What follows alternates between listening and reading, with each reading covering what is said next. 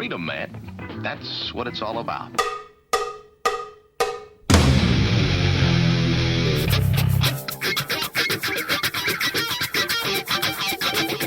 You've got to groove on freedom, like the good book says.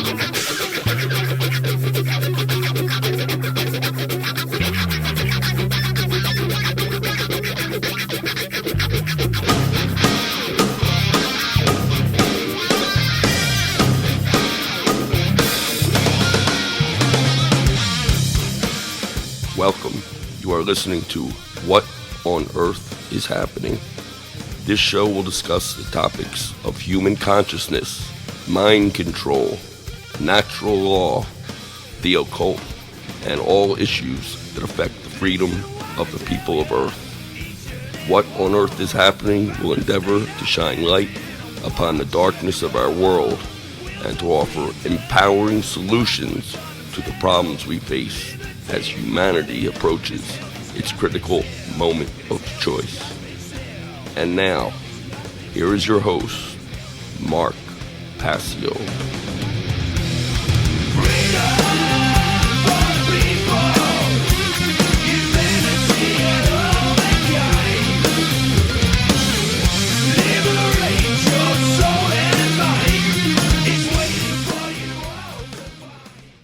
Welcome one and all, you're watching What on Earth is Happening. I'm your host, Mark Passio. My website, whatonearthishappening.com.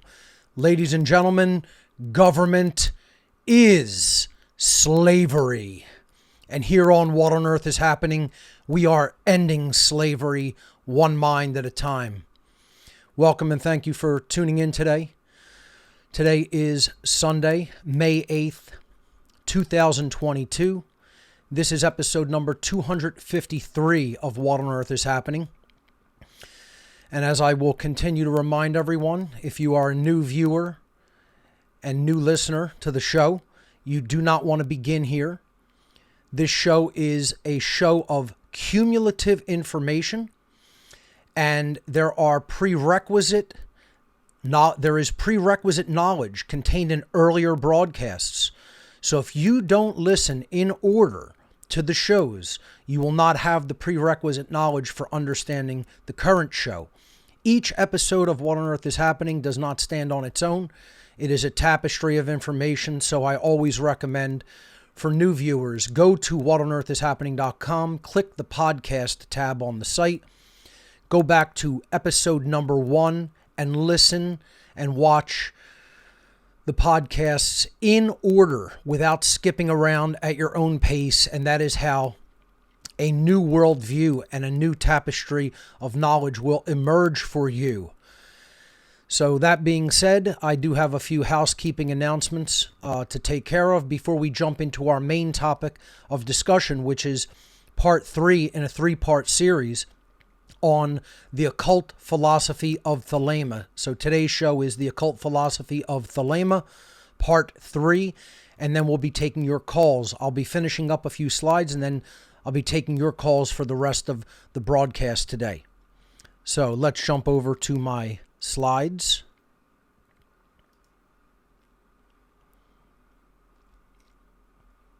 Thank you to Will Keller for the great artwork.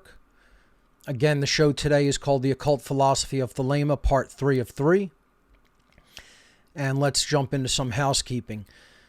Again, we're on a streamlined show format from January through June on a 6-month on, 6-month off schedule. This allows me to focus exclusively on teaching the How to Become the True Media seminar. And as I'll be announcing later, I also have a couple of live presentations scheduled. They will not actually be live in person, but as part of online conferences coming up in the fall. I am also striving to put together the material for the occult origins of Nazism and communism presentation, which I've been working on the research on for a while, to put that together in the fall or possibly this coming winter. So look for that within less than a year's time, certainly. I have some individuals in the general local vicinity looking to host that in person. That will probably be an all-day seminar, The Dark Occult Origins of Nazism and Communism. I will, however, in just a few moments, be telling you about two online conferences that I'll be taking part in the fall of this year. How to Become the True Media is rapidly racing toward us. It's going to be starting this July. If you haven't enrolled already and you wish to enroll, do not wait. We are at, I'm going to say, we are already at a little over 3/4 of the number I want to hit for enrollments. So if you're looking to enroll, I'm just letting you know. I don't want a lot of upset people. That said that they want to enroll and then they're going to be, the enrollment's going to be closed early, possibly. I'm not saying that's definitely going to happen, but we're at about 3/4 the number that I personally wanted to reach for this year's enrollment. So only about 25% of the seats of the class remain. Just putting that out there so people aren't caught off guard. How to Become the True Media is an online technology skill sharing seminar. It is a 23-week seminar. Class instruction is one night a week for 23 weeks, hosted on the Telegram platform. We formerly did it the last couple of years on Zoom. We're switching over to Telegram this year. It'll be taking place every Monday evening from 8 p.m. to 11 p.m. Eastern Time, Eastern U.S. Time, from Monday, July 11th to Monday, December 12th, 2022, for a total of 23 class sessions. We'll be teaching beginner and intermediate skill sets in technology, in computing. And more than that, we will be teaching organizational skills and general life skills on how to approach doing this type of content creator work. The goal is to take people who have a general knowledge of natural law and objective morality and an understanding of the injustices that are taking place in our world today and the mind control that is being conducted upon the human population, and get people to a level of technical competency such that they themselves can become a content creator and speak this truth out into the world to help to change it. And it's been a great success so far. The last 2 years, the last 2 seasons of How to Become the True Media just have gone extremely well. And content creators have already emerged who were not doing this work previously, who now are doing this work on their own. This has been the whole objective of What on Earth is Happening since the very beginning, ladies and gentlemen, if you're still not aware of that. I am not looking for followers. I am not looking to be anyone's leader or guru. I am looking to inspire people to do the same thing, to speak out. The more people that speak out, the more people will understand, the faster the our world will change for the better. And that's what this seminar is entirely about. So there is limited space available in the seminar. Online enrollment via the internet will close July 4th, 2022. If you enroll via check or money order, which the instructions will be available to you if you go to the website, you'll have to send us an email and then we'll send you the instructions on how to send in a mail-in enrollment. If you want to do it that way, that will close on, you will have to get the enrollment to us, the enrollment donation to us by July 1st, 2022. So we'll be stopping enrollments on July 1st for mail-in enrollments, and internet enrollment will close on July 4th. And that is, again, that's provisional. That is if we do not hit our enrollment figure that we want for the class, that we want to cap the class enrollments at before then. So please do keep that in mind. And for more information about all of the subject material that will be taught during How to Become the True Media and more, please visit the website howtobecomthetruemedia.com, where you could then click the enrollment button if you wish to enroll, and that will give you instructions on sending your donation through What on Earth is Happening donation gifts. So check out howtobecomthetruemedia.com for more information on this great upcoming seminar. Less than 8 weeks now remain to enroll. As another announcement, I want to say I'm glad that I finally went ahead and implemented some changes regarding cryptocurrency, because I think crypto is becoming all the more important, especially with all the financial machinations that are going on in the whole, world of, finance and the economy. And I have decided to eliminate a couple of cryptocurrencies that I was previously accepting because of the types of instabilities that are going on in certain spheres of the crypto market. Certain cryptos have become what I would consider less secure options, and options that take a lot more time to transact. And then some newer ones, they're not really brand new. They've been around for a long time, but ones that I'm going to take as new donation methods via a straight donation or via What on Earth is Happening donation gifts, I think are more efficient and are more upcoming and have better usage case scenarios.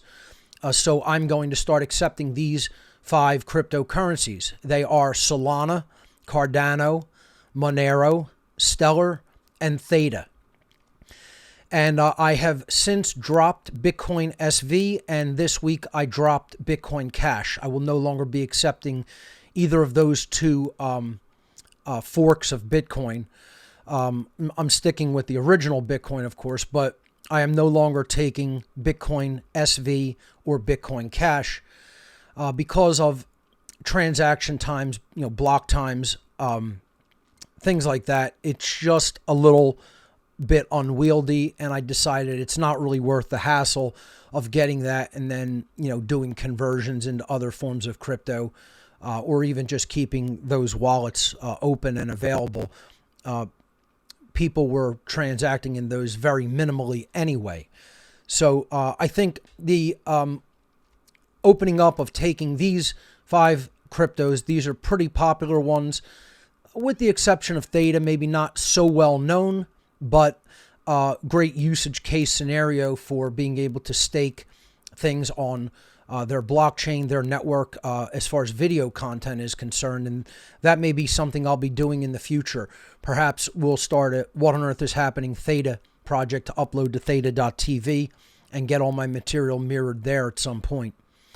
But anyway, I'm taking these 5 new cryptocurrencies on my donations page and on What on Earth is Happening donation gifts for hard copies of my items. And that makes a total of 9 cryptos that I accept in those areas. So this is the matrix of cryptos that I now take: Bitcoin, Ethereum, Solana, Cardano, Litecoin, Monero, Stellar, Theta, and Dash. So a plethora of options there if you want to donate to What on Earth is Happening via cryptocurrency, or even receive hard copy gifts from What on Earth is Happening donation gifts in return for a cryptocurrency donation. And we also, of course, still accept Cash App, GPay, and Wise internet payment options, donation options for What on Earth is Happening donation gifts. So that's all about cryptocurrency there. And want to remind people, please do check out the One Great Work Network. We are simulcasting there, of course, at onegreatworknetwork.com. 60 phenomenal content creators up there. We'll probably be adding even a few more by the end of this season of What on Earth is Happening. So check out onegreatworknetwork.com, and please do support all of the great content creators on that platform. You can donate to each one of them. Each one has when you go to their blog page from the creators page, you can click on the donate button to donate to each one of the content creators individually. One Great Work Network is entirely fueled by voluntary donations. There is no membership to join. It's entirely free. All of the content creators participate freely, and they are supported by your voluntary donations. So please do keep that in mind. And thank you to everyone who has kindly and generously donated to the entire cause of One Great Work Network and all the great content creators on that platform. The What on Earth is Happening IPFS project is still ongoing. Some people have expressed interest. We're going to be getting in touch with them very soon. More people hopefully will be onboarded to this project. Please keep in mind there are strict requirements. You need a home internet connection of 200 megabits or greater in the upstream direction, the upload direction, because IPFS, if you set up a node, you are essentially running a file server, and you need that kind of bandwidth to run something like that. So for more information, you can go to whatonearthishappening.com/IPFS. And if you fill out the form there, you'll get the PDF document with preliminary requirements and equipment. And you can decide for yourself if you want to go further and be involved in the What on Earth is Happening IPFS project to get all of my content that I've ever put out here through What on Earth is Happening onto the IPFS network. Interplanetary File System is what IPF stands for. And it is a part of what is called Web 3.0, or the permanent web, decentralized and uncensorable. So it would make my content censorship proof once and for all. So if you're interested, once again, whatonearthishappening.com/IPFS. Here's one of the great conferences I'm going to be taking part in the fall this year. It's, of course, Freedom Under Natural Law 2. The first Freedom Under Natural Law conference was fantastic. Great speakers, incredible content, very well organized, hosted by some of the people who took the first How to Become the True Media seminar, or possibly the second one. But in any event, it's a great conference. I'm honored to be asked to participate in the online second version of this conference, Freedom Under Natural Law 2. To be taking place September 10th and 11th, 2022. This year's conference is called Convergence, Unity, Focus, and Action. For more information on this conference, which I'll be participating in online, visit their website, freedomundernaturallaw.com. Once again, freedomundernaturallaw.com. And look for that coming up September 10th and 11th. About 2 weeks later, on September 24th, I'll be taking part in another online event, a one-day event about natural law, anarchy, consciousness, mind control, and the occult, called Shattering the Illusion. This is the inaugural Shattering the Illusion conference. And they have already a great lineup of speakers. Lots of people who are on the One Great Work Network will be taking part in this event. And I am going to be making a presentation in this online event as well. For more information on the first Shattering the Illusion conference, visit their website at shatteringtheillusion.info. Once again, shatteringtheillusion.info. We definitely will be taking calls today, more likely than not around the halfway mark of the show. So you can join us via Discord. whatonearthishappening.com/Discord to join our call-in room on the Discord platform. Or if you are watching on the whatonearthishappening.com/show page on my website, you can click on the Discord widget on the site, which will take you into the call-in room. Once again, we'll be taking calls when I wrap up the last few slides, and I want to show people a little bit about reiterate a little bit about how you can get some of the original content of the Thelemic philosophy, because it's important to understand how to use technology to get information that, wouldn't ordinarily be easily found. And I could show you some places where you can easily get that information and download it to your own computer. We're going to do that in a little while after I finish up with the slides. So, that being said, the final 3 slides here in housekeeping. ARC 2.0, the amazing repository of knowledge, is still available. This is an ongoing offer. People take me up on it just about every day. I sent out 2 yesterday. New ones keep coming in just about every single day, which is great. That shows me how hungry people are for this knowledge.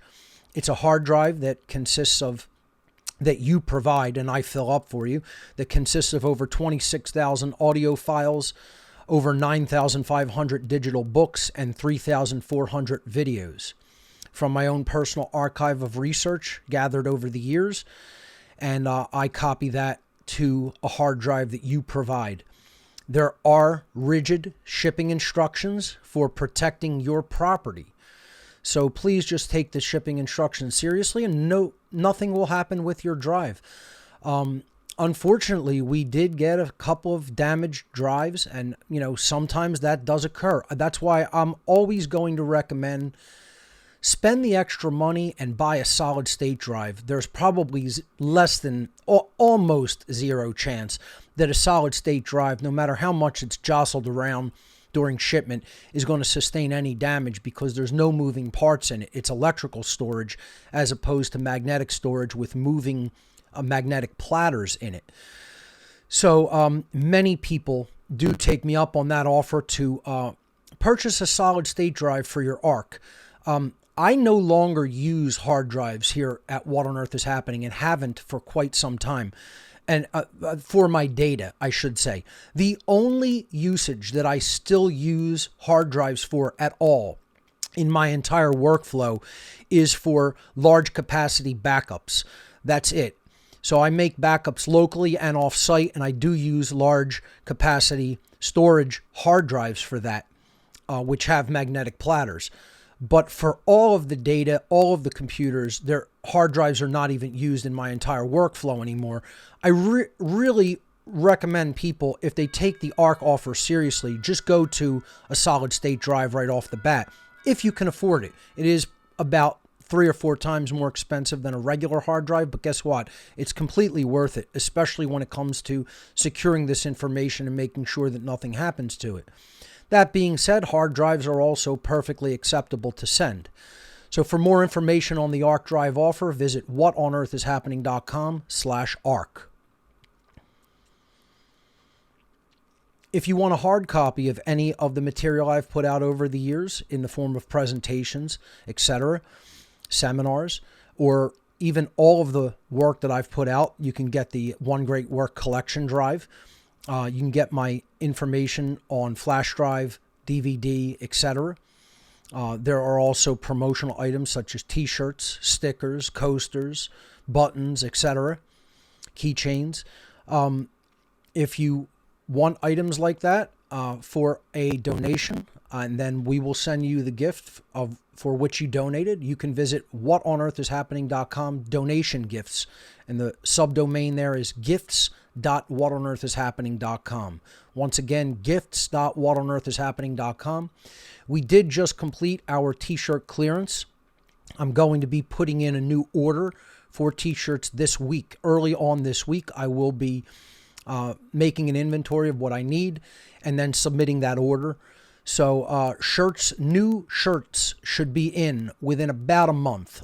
Usually they take about 3 weeks turnover time approximately. I don't want to hold to that, depending on how busy the company is that I use. So let's say new shirts will be in approximately 1 month, give or take. So once again, the website for that, gifts.whatonearthishappening.com. And finally, if you want to make a straight donation to support the whatonearthishappening.com cause and the OneGreatWorkNetwork.com cause, you can visit whatonearthishappening.com/donate. There are tons of ways of donating now. So I accept 3 internet donation systems, Cash App, GPay, and Wise. And I take 9 cryptocurrencies now. Okay, so that takes it up to 12 methods. Then we have check and money order. Okay, so that's 14 methods. If you want to do it by mail-in the old-fashioned way, that's fine. And then we have the 15th method is our technology donation method. We have an Amazon wish list for technology items that we require to continue to operate What on Earth is Happening and One Great Work Network. So if you want to know exactly where your donation goes, you can purchase an item from that wish list and have it shipped to us. It's a great way of making a donation. And I believe there is just one item up there currently. But a lot of people like that donation option because they know exactly what their resources are going toward. So 15 donation methods up there at whatonearthishappening.com/donate. Thank you to everyone from the bottom of our heart for all the great, generous donations that people have made over the years. You keep What on Earth is Happening going. So thank you very much. All right, that's all the housekeeping I have. Let's jump back into our topic to complete our series, our 3-part series on the occult philosophy of Thelema. We've been talking about this topic over the last 2 weeks, and we're going to complete it here today. Now, last week, we ended discussing and reading the one-page document, the Thelema Manifesto. It is referred to as the Manifesto of Thelema, which has the boiled down concrescence, the alchemical distillation, if you will, of the entire Thelemic philosophy, the entire occult philosophy of Thelema, distilled down to a one-page document. However, it still required some significant decoding to understand some of the things that Crowley speaks about in this one-page work. So let's jump back over to it. And we had read through the beginning quotes and decoded some of them last week. And then, we went into the preamble and explained to people what that meant, that the phrase, "there is no God but man," not meaning that man is God, meaning, however, that there is no small g God, creator of the human experience, except capital M man, meaning humankind. Humanity itself is the actual creator of the human condition and experience because of what we think, how we feel, and how we behave. Our consciousness is creating the shared reality that we all, as a species, then must live in together as a human civilization. And then we went on to read the Manifesto of Human Rights that are talked about in this document, Liber Oz, that man has the right to live the way that he wishes to live, not to violate the rights of others, but to live, to work, to play, to rest, and die as he will. And again, the term will meaning connection to the higher will of creation, not according to the selfish will and whims of the individual. Because if you live that way, you aren't free. That is what exactly creates enslavement if you live according to your base selfish desires.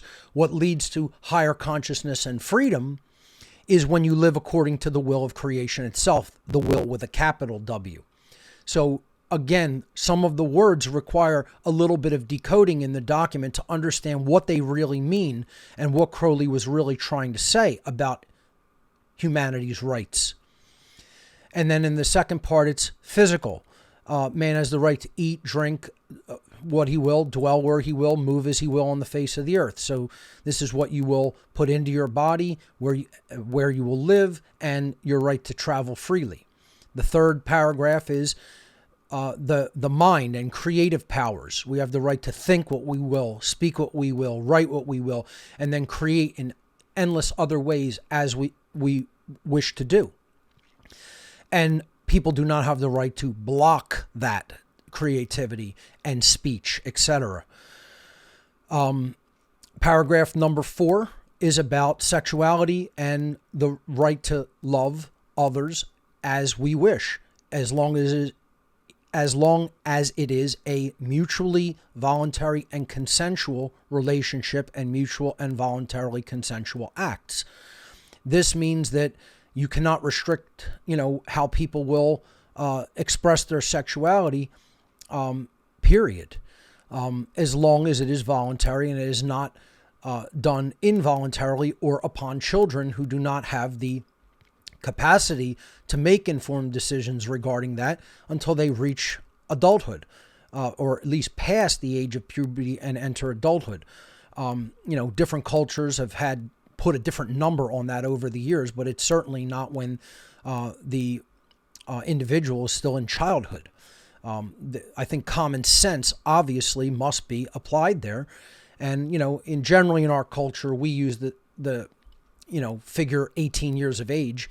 However, there could be very immature people at 18 and, possibly, slightly younger than that. They could be more mature. But in general, we're talking about adults who have reached the age of reason and consent fully and gone through pubescence, etc. And that is, what we're talking about there, not to just freely do whatever you want, no matter what the age or mindset of the individual is, and or, anything like that, or involuntarily. So that is freedom of sexual expression in paragraph 4. And then in paragraph 5, the all-important phrase that hits people like a sledgehammer when it comes to Liber Oz is, man has the right to kill those who would thwart these rights. And we ended last week talking about that sentence. And it's a hard and bitter pill for most people to swallow, because most people are weak-minded, led like sheep to the slaughter lemmings that haven't one morsel of courage in their entire personality makeup. And they don't even have the ability to get angry regarding how much their rights have been violated and raped and taken away from them by people who have zero right to do it. They've been turned into domesticated. I don't even want to use the word animals, because you want to know why? It's an insult to every animal life form on the entire planet to call people who I'm referring to, who have no courage to defend their rights, who would not lift a finger to do anything to an attacker of human rights, to people who are violent individuals already, doing violence actively, not talking about doing violence, actively engaged in violence against others and their rights, because that's what we have today. We have the state of duress and violence when it comes to human rights. And once again, when we talk about this phrase, I ended last week saying that it's such an extremity of thought regarding that this is definitively our right, that Crowley did not even word it in present tense language. So note that, right? When you're reading this, you have to note every word choice. He said, man has the right, and I shouldn't have to say this, folks, but some people get hung up on gender terms, and I should not even have to express this, but the word man in this sentence does not mean a man like male gender. It means humanity. It means mankind. This was the parlance of the time. The word man was used to represent all of humanity.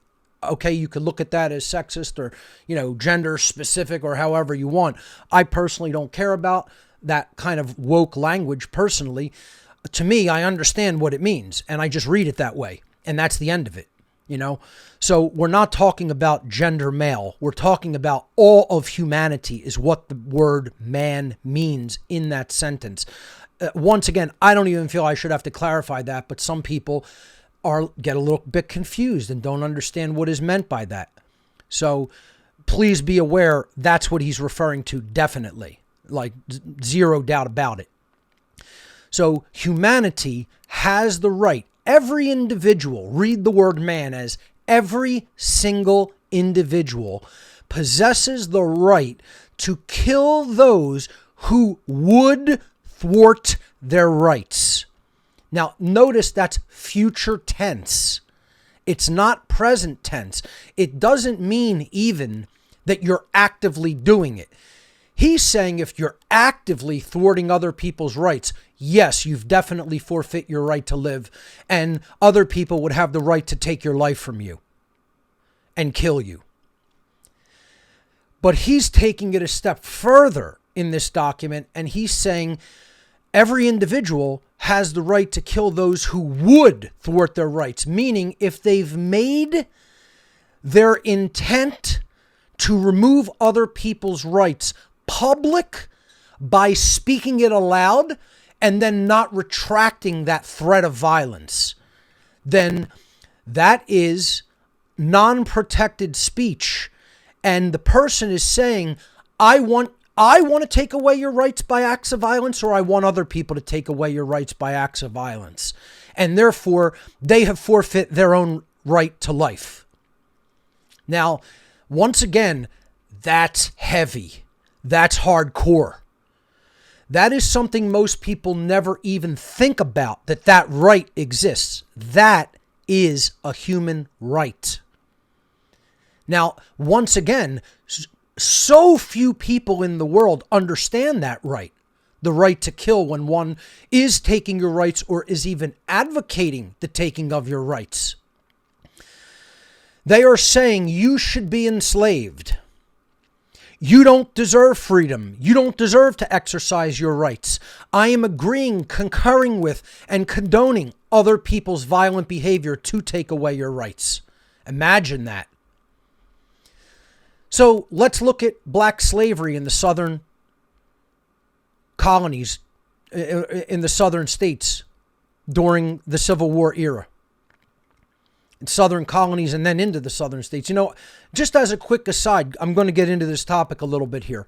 As a quick aside, I just briefly reread the original Declaration of Independence with all of the struck clauses. Most people would not even have that accessible or even know where to get it.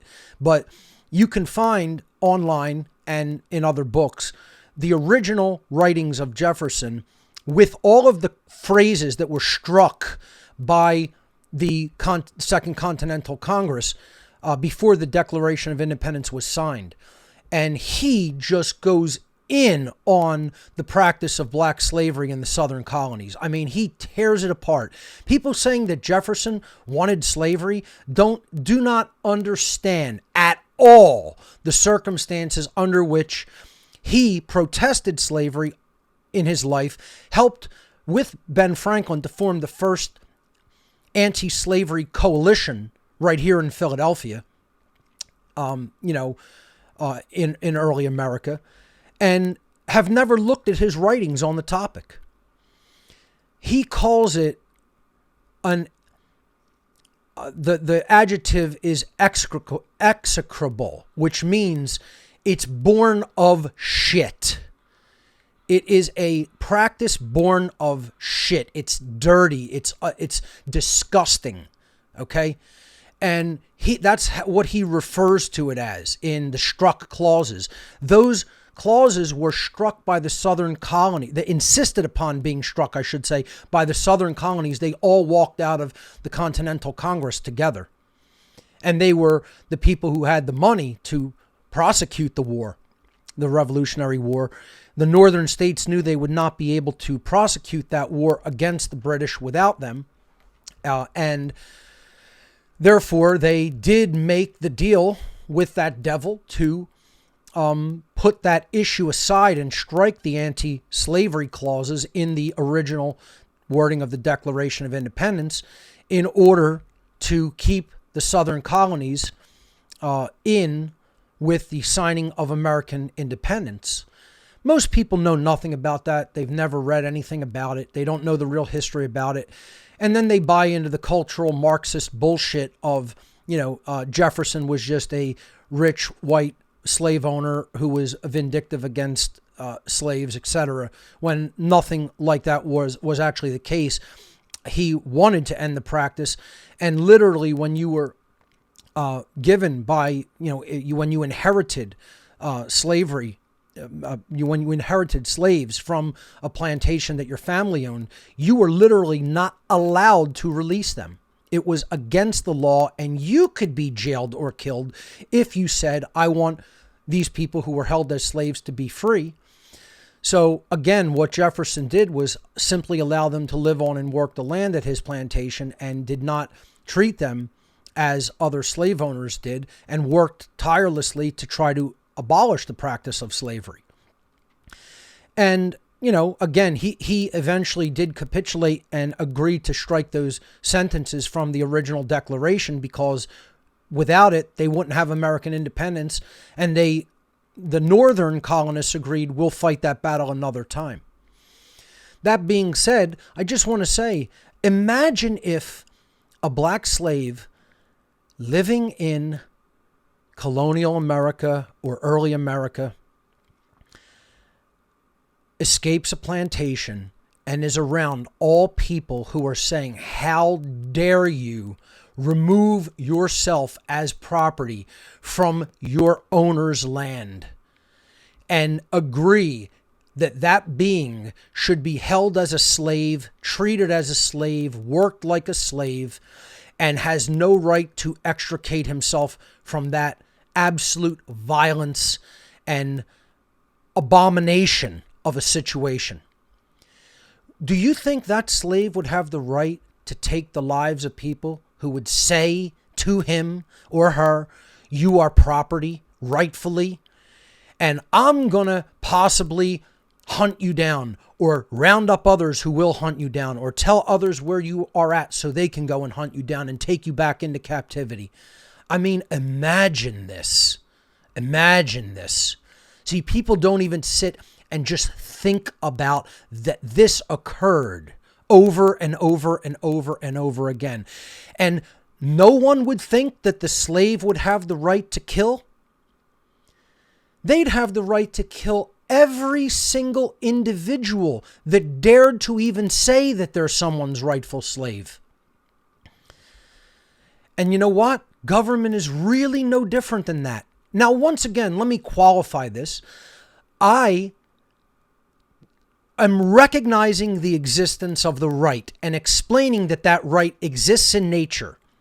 I'm not saying that it's a good idea to currently go about exercising that right in the open for a number of reasons. One, we have to educate the population that that right even exists. They're so fucking dumb.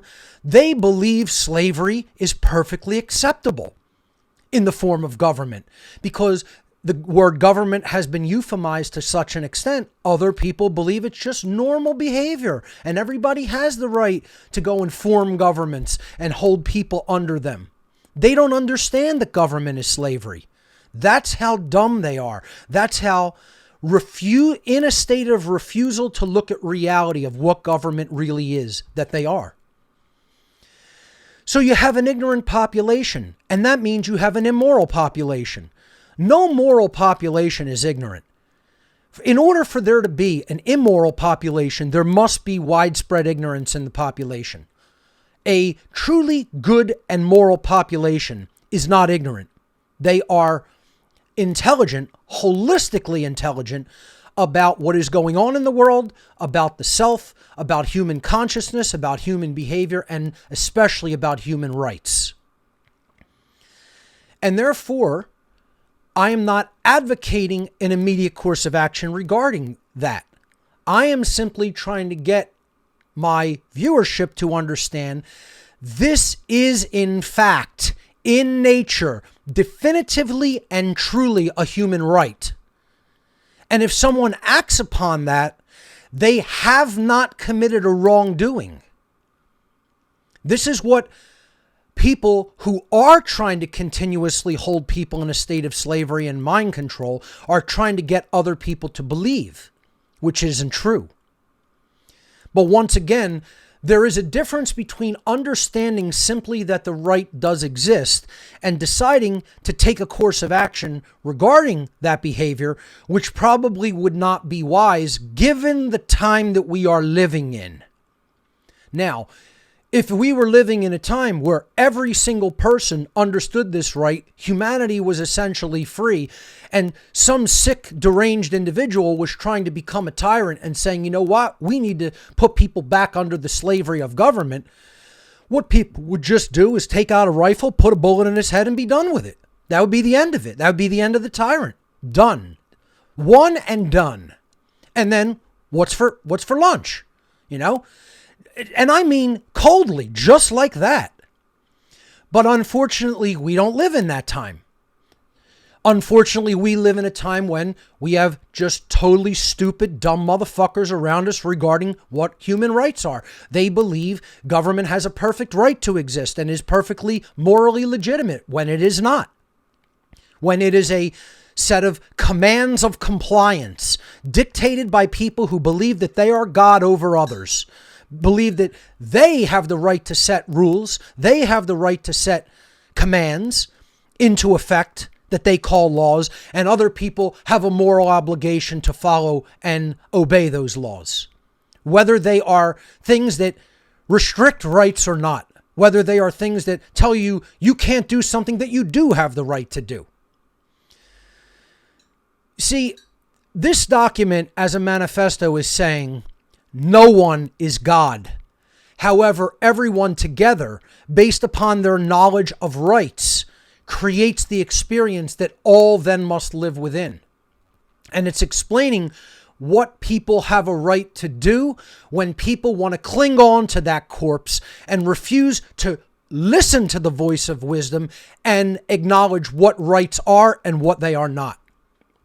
And that is this phrase right here. Once again, most people don't even want to consider it. They don't even want to think about it. And then all you have to do to know what humanity currently does have the right to do is simply think about the concept. What have the controllers done to humanity thus far? What have the totally corrupt governments of the world in every single country done? What types of laws have they made? What types of restrictions upon rights have they made? They've told you your earnings are not your own, and you must turn over earnings to them to spend as they see fit. They've told you you must have licensure for just about everything that you do, things that are human rights, to do with your own property. And they would say, you need to come and beg us for our consent to allow you to do those things. They've even restricted your own body, saying you can't put certain substances into your own vehicle of consciousness. We'll decide what's done with that body. We'll decide what substances are allowed in it and may never be put into it. And that is a direct claim of ownership upon you. As a matter of fact, all of those things are direct claims of ownership upon you. Because if someone claims ownership upon the fruit of your labor, they are indirectly claiming ownership upon your body, because your body was the vehicle that was used to perform that labor and therefore acquire the fruits of that labor. Therefore, if someone says the fruits of your labor belong to me, that's a claim of ownership upon your body. And what is the claim of ownership upon your body called? Slavery. So if you believe in the right to tax others, you believe in slavery. Sorry, yes, that's true. No, it isn't untrue. Yes, it is true. That's definitively true. It's not my thought about it. It's not my conceptualization about it. It's not my opinion about it. It's definitively, factually, objectively true. The end. Whether you accept it, believe it or not. Tough shit if you don't. It's still true. That is point of fact reality in nature. That if someone makes the claim upon the fruits of your labor, they make the claim upon your body. That's fucking slavery. And if you believe that someone has the right to do that, you believe in slavery. You believe that slavery should be instituted, and you believe that slavery should continue. And that makes you a fucking immoral piece of dirt and a total fucking loser, quite frankly. If you believe someone has the right to say, to do this behavior that isn't harming anybody else, you must come to me and beg me for a license for it. Well, that's a claim of slavery. That's a claim of ownership, because then I'm making a claim upon your rights to perform a behavior that does not harm another being. That's what a right is. And if I say you need my permission to do that, I'm telling you I own your rights. That those are your actions and your behaviors. And if I'm the owner of your actions and your behaviors, by definition, I'm the owner of your body. Do you see how that works philosophically? You could make all the justifications of it that you want, which means trying to make the right to tax, trying to make the right to license, trying to make the right to prohibit taking substances into one's body. You could try to justify, which means try to make them into a right, when in fact, those are wrongdoings. Those are things that humanity doesn't have a right to do. Do you have a right to tell someone you need a license to do a behavior individually? No, you don't. What individual does? No individual does. Therefore, that can't be given to anybody else by people who don't have it individually. You cannot delegate a right that you don't possess as an individual. And people believe you do because they're under mind control. They're under dark occult mind control. Licensure is the same thing, and so is prohibition. Do I have the right to tell you what you can and can't put into your own body? No. Why don't I? I don't have that right because I don't own your body. You own your body. You're the owner of your physical vehicle for your consciousness called your body. If I have the right to tell you what you can or can't put into your body, by definition, I am making a claim upon your body. I'm saying your body doesn't actually belong to you. I can define what is allowed to be put into it and what you may never put into it. And therefore, I'm making a claim of ownership upon your physical body. I don't understand how people cannot see laws like this way. That's slavery, ladies and gentlemen. And it doesn't matter whether you think it is slavery. It actually and definitively is slavery in the natural world, in the real world. You can justify it, try to turn a wrong into a right, try to turn violence into a right, try to turn coercion and duress into a right all you want.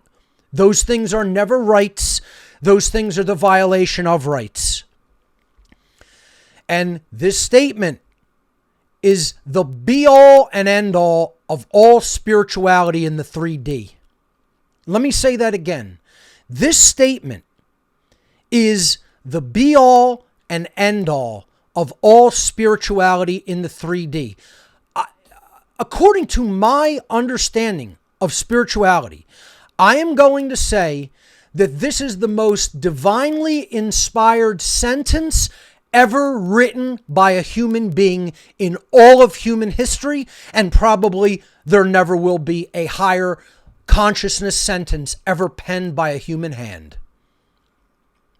And if you don't think so, you're still asleep and you don't understand what spirituality is. Now, that's a hard fucking pill to swallow. But guess what? It's still true. It's still true. And this is the level of understanding when it comes to rights that we need to get to as a species before anything's going to change here on Earth.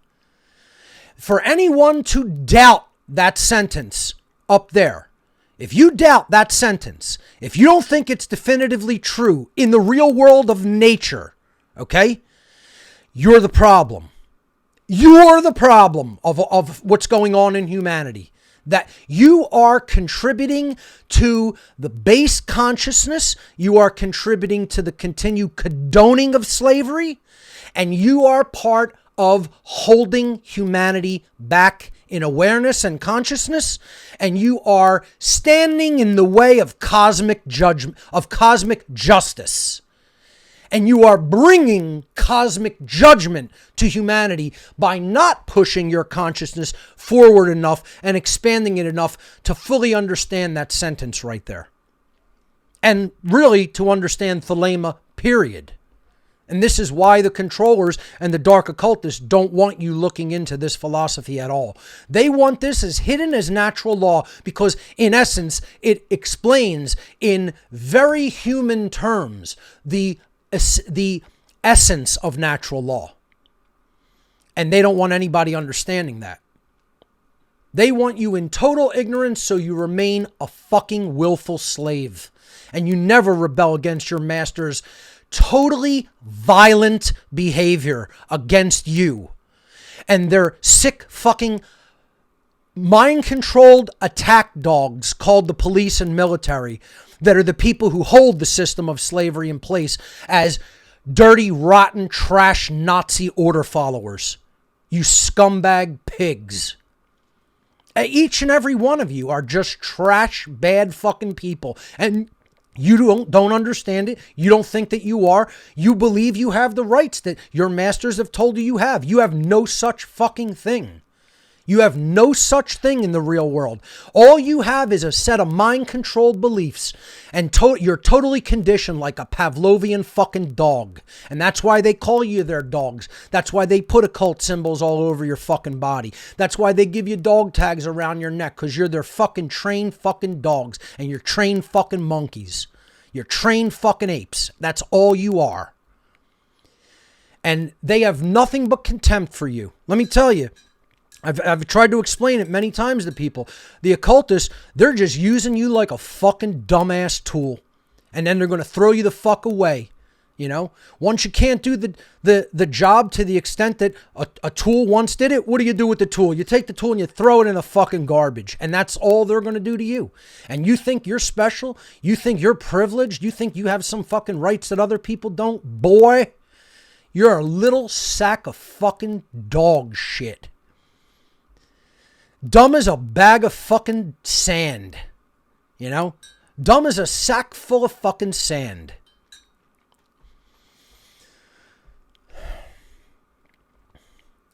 And then people like that think they're courageous too. They think they have any intelligence and any courage.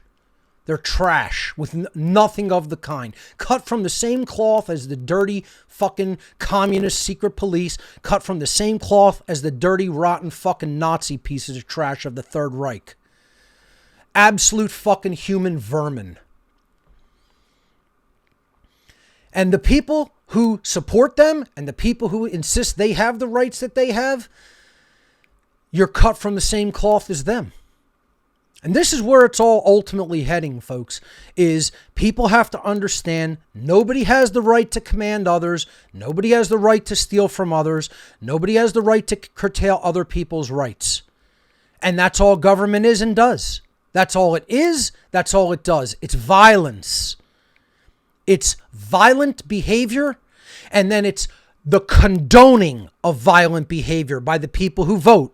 By the people who go out and support politicians, by the people who don't understand their rights.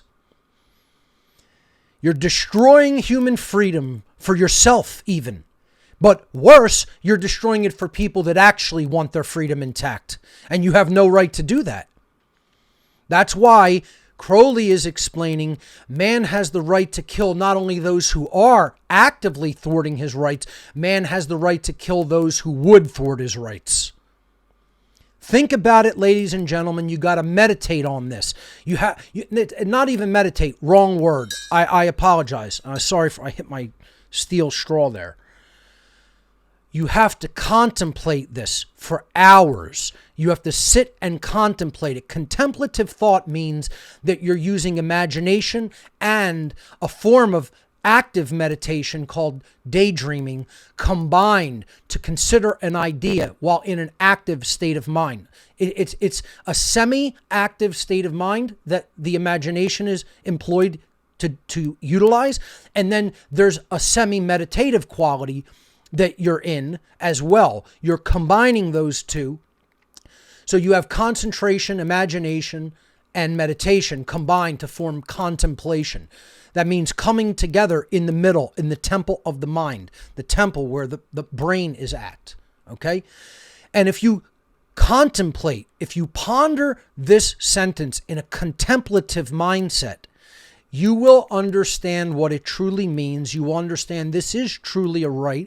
You will understand that anybody trying to take your rights away from you is claiming to be God, because your rights didn't come from another human being. Your rights didn't come from a group of human beings. Your rights came from the creator of the entire universe, and no being in the 3D domain has the right to curtail or take your rights away from you. It's not that hard to understand. The problem is most people don't want to understand it because they're just fucking cowards. And they don't want to understand how far we've gone into duress, how far we've gone into the destruction of human freedom, and what may be the sacrifice required to get us out of that state, to get us out of that human condition of slavery. It may take physical combat. It may take another war of rebellion against tyranny. And people don't want to understand that because they're cowards.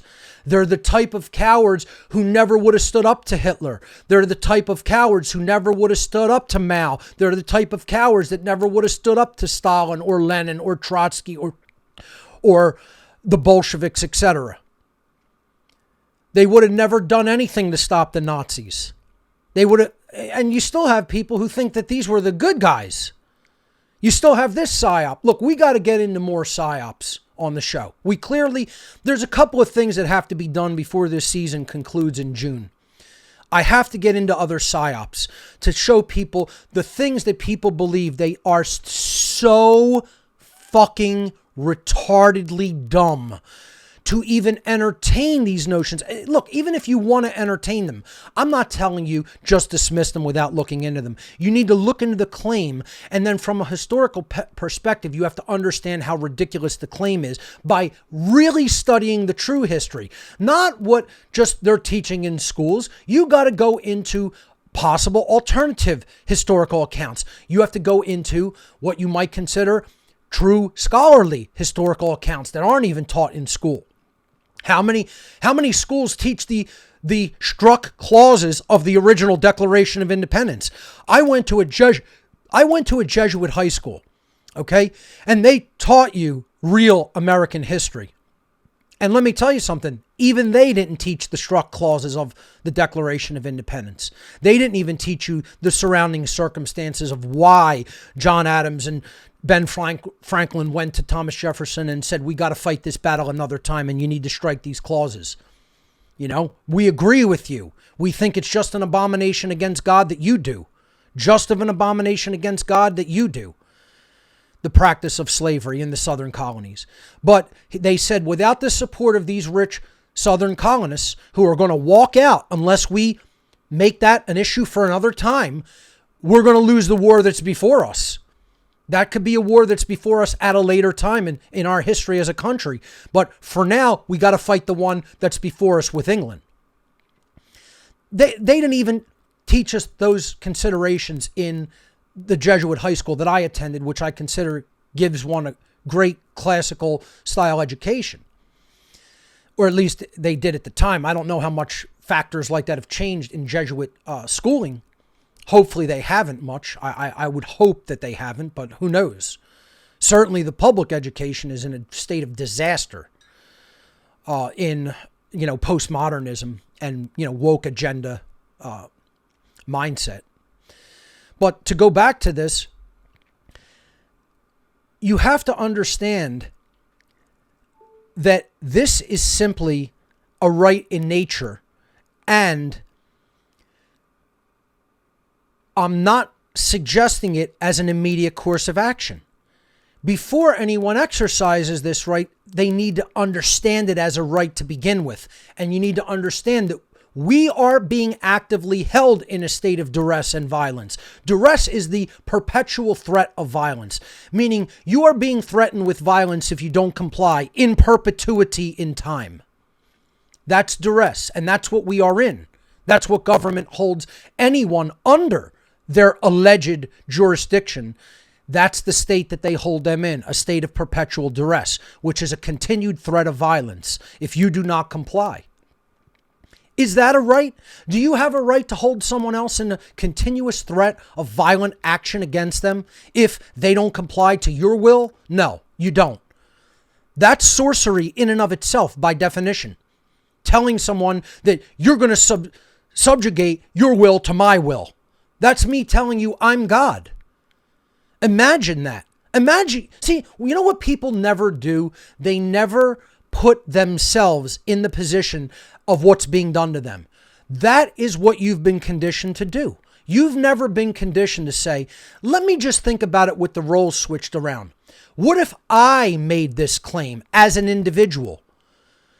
Picture if Mark Passio said to another person, before you put that substance into your body, you will have to come and beg me for my approval to allow you to do it. And if you do it without that approval, I'm coming and I'm going to restrict your freedom of movement. You will not be allowed to leave a confined space that I set up for you if you put that substance into your body.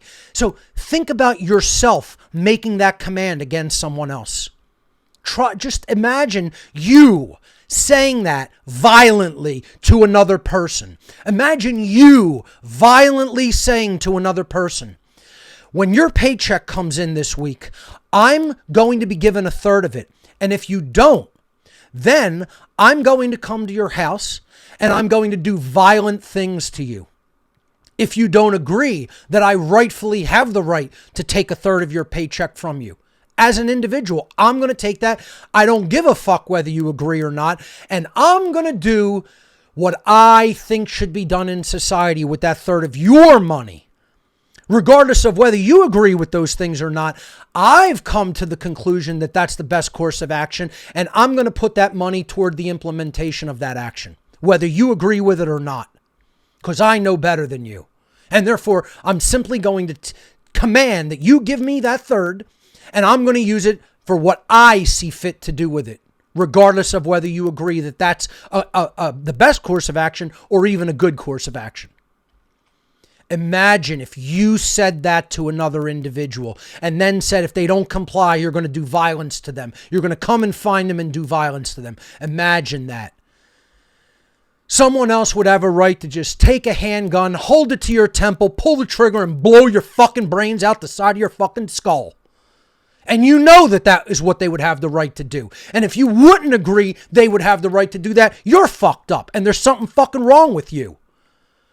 If you believe you have the right to conduct such violence. So then the question becomes, if you don't have that right, who does? Do other people have that right? Do other individuals have that right?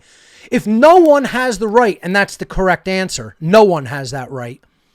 Can any of those people who don't have that right come together and all agree, we're going to give that right to Tom, Joe, Bob, and Richie, and they're going to be able to go out and conduct all that fucking violence against other people? Could they grant it to 4 or 5 guys? No. Could they grant it to 100 people? No. You can't grant to other people what you don't have inherently as a right.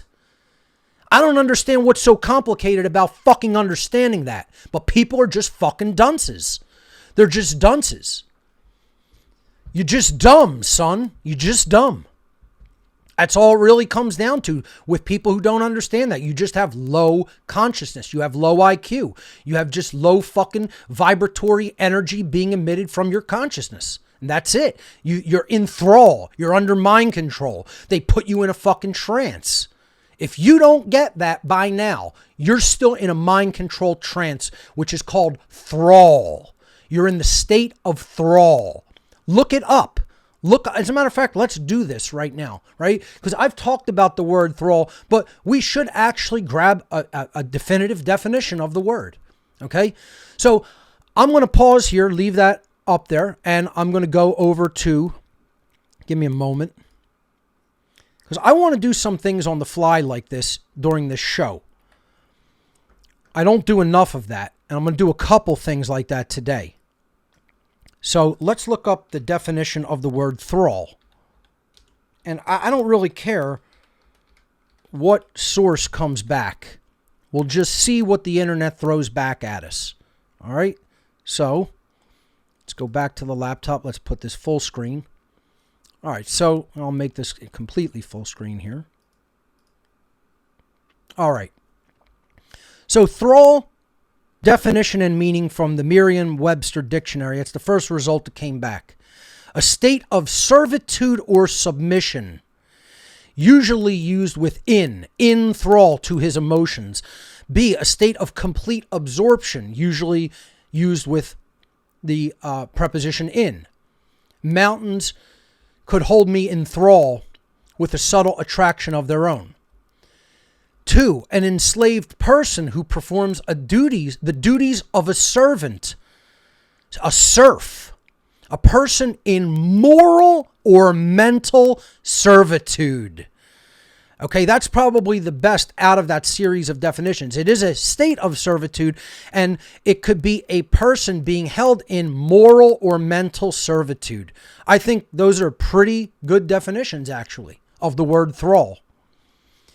When you're in moral and mental servitude, it means you're not exercising your conscience. It means you believe what other people are telling you regarding what right and wrong is.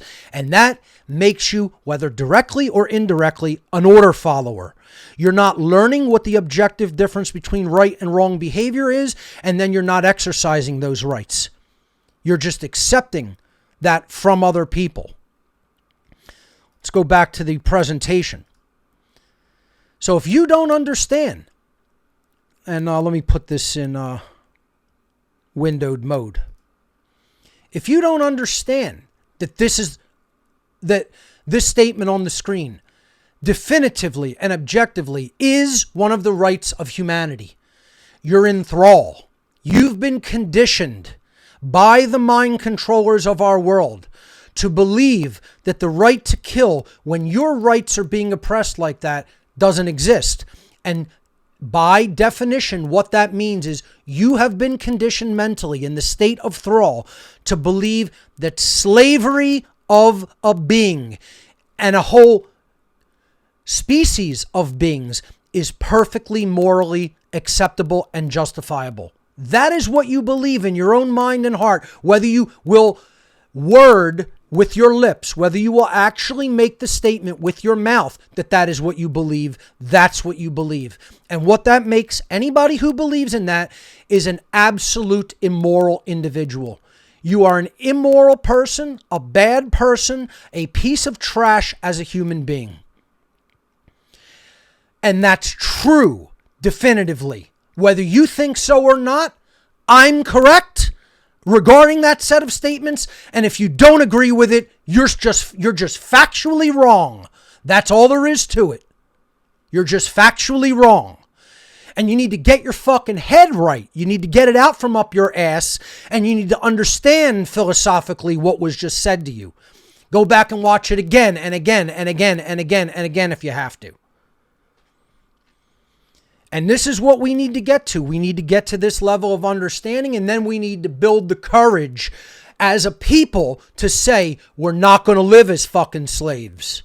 We have more self-respect for that. We're not going to condone slavery of ourselves. We're not going to condone slavery of others, and we're going to extricate ourselves from that immoral condition by any means necessary. Any means necessary. Philosophical, mental, spiritual, and if necessary, physically, to give the time to learn the mental and spiritual understanding of it. See, that's what the American Revolution did. It bought us 250 years or so of time. That's what it did. It didn't succeed long term, but it bought us the time to succeed long term. If we have to undergo another hot physical rebellion against tyranny, and the handwriting on the wall suggests we're absolutely going to have to do it as a species, as a people, that will not be the ultimate answer. That will be a stepping stone to get us to the point where we do it the true long-term way, which is in human consciousness. And it's really an integral understanding of heart-based intelligence, to know what your rights are as a being, and then to extend the understanding of sovereignty to all other living beings and not go against their rights as beings. See, that's not even so much intellectual. That's heart-based. That's agape. That's true love. That's the wider form of love that we have to develop in our own selves and ultimately propagate through the species. And this could sound like a bestial, animalistic statement, but no, it is not. I assure you, this is the highest expression of love that exists. Understanding this. Because if you would be willing to kill someone who is thwarting your own and or someone else's rights, is that an act of hatred or is that an act of love? Is that an act of love for that being's rights as an individual, as a sovereign being? Is that the love for that being's freedom? Is that the love for that being's potentiality as a being? You're damn right it is. It absolutely is. That is what agape is and means. And that would be an ultimate expression of it, especially if you may have to give of your life in taking lives in order to do that. We have to stop thinking of this form of killing as something that is morally wrong. It is not. It is a right with a capital R. And it is something that you hope never has to be done. But unfortunately, when you're moving into more and more tyrannical time periods, you have to keep that always on the table as an option. And never, ever think that you don't have the right to engage in that right. That right exists and can never be taken away, just as your other rights are. And once again, you would not be doing harm to another individual. You would not be initiating harm. You would be doing harm, causing harm. That's why I've changed in all of my definitions of right. Initiating harm. See, it all matters who started the violence. If you're responding to violence and you cause harm to the initiator of a violent behavior, you are acting within your rights and you have not done something that is violent. If someone comes up to you and says, give me half of the money of the paycheck that you worked for last week, and they say, if you don't do that, I'm going to conduct harm upon your body, and you take a baseball bat and crack them in the temple with it and kill them, you haven't committed a wrongdoing. I'm sorry, but you have to understand that statement is true. It's an act of sheer brutality and harm, but the right exists to do it regardless of what man's law would tell you. That right exists in nature. As brutal and as terrible as that act is to think about, the right to do it exists, and you would not be doing violence by doing it. You would have been responding to violence. Now, it's your option if you want to try to talk the person down from that position. But guess what? When somebody's so fucked up that they would just come to you and make that statement that you're going to do that or I'm going to conduct violence to you, and that's all government, you already know that they're in such a fucked up psychopathic mindset that they aren't going to listen to reason. As soon as somebody has shown you, I'm this kind of person, they aren't interested in listening to reason. They're a violent being. Not by their nature, of course, but by whatever circumstances put them into that mentality. And if they're already willing to act on that, you have a right to stop them physically. Period. The end. That's just the truth. And we have to start examining that from a philosophical point of view to simply understand that that is a right. We aren't even there mentally yet, let alone at a deep heart-based intelligence level or at a true inward core spirituality level of the understanding of this statement. We have to get humanity just to an intellectual understanding of it first. And they're not even close to being there. Which is why I'm saying simply immediately going out and acting upon it would be counterproductive. It would still be within your rights, but it would be counterproductive at the time we are living in. I think we have to move consciousness forward to such a great understanding. Sorry, I backed up there accidentally. That we do not have to go to war physically to do that. See, that's what I've been trying to avert the whole time with what on earth is happening, is to get it done in consciousness so it doesn't have to be done in forceful physical rebellion. Because once again, all you're doing with forceful physical rebellion is you're extending the time that you have to teach it at a mental and spiritual level. But you are not solving it because you're simply beating back the violent oppressor, but without actually going through the educational process of educating people as to why that oppressor was committing violence by their acts and that you had the right to physically stop them by deadly force. How many people after the American Revolution did not understand those rights? How many people after the American Revolution thought that the colonists who waged that rebellion against the crown were in the wrong? And how dare they do that to the crown? How dare they do that to our royalty? Imagine, that's how dumb people were back then. That's how dumb people still are today. And the only way we're going to reverse that is to educate the population at large. Is it a tall task? Does it seem insurmountable? Does it almost seem impossible? Yes, yes, and yes. Can it be done if enough will is applied? Yes, it can. You have to accept and even believe. That may be the one act of faith that is required. Is it possible? It is. What is required? Look at the requirements for making that situation, that state of mentality happen, manifest in the world. We have to get up off of our ass. We have to apply our will. You got to learn some technical skill sets. This is the method of expression in the modern world, putting out information on the internet. If you don't know how to do that, you're part of the problem. You're not part of the solution. That's why I teach how to become the true media 6 months out of the year now, and then put information out 6 months out of the year. Because the teaching of how to do that is so important. I need to split my time between it. And guess what? It actually makes me feel better because I know I'm getting other people up to that level of competence.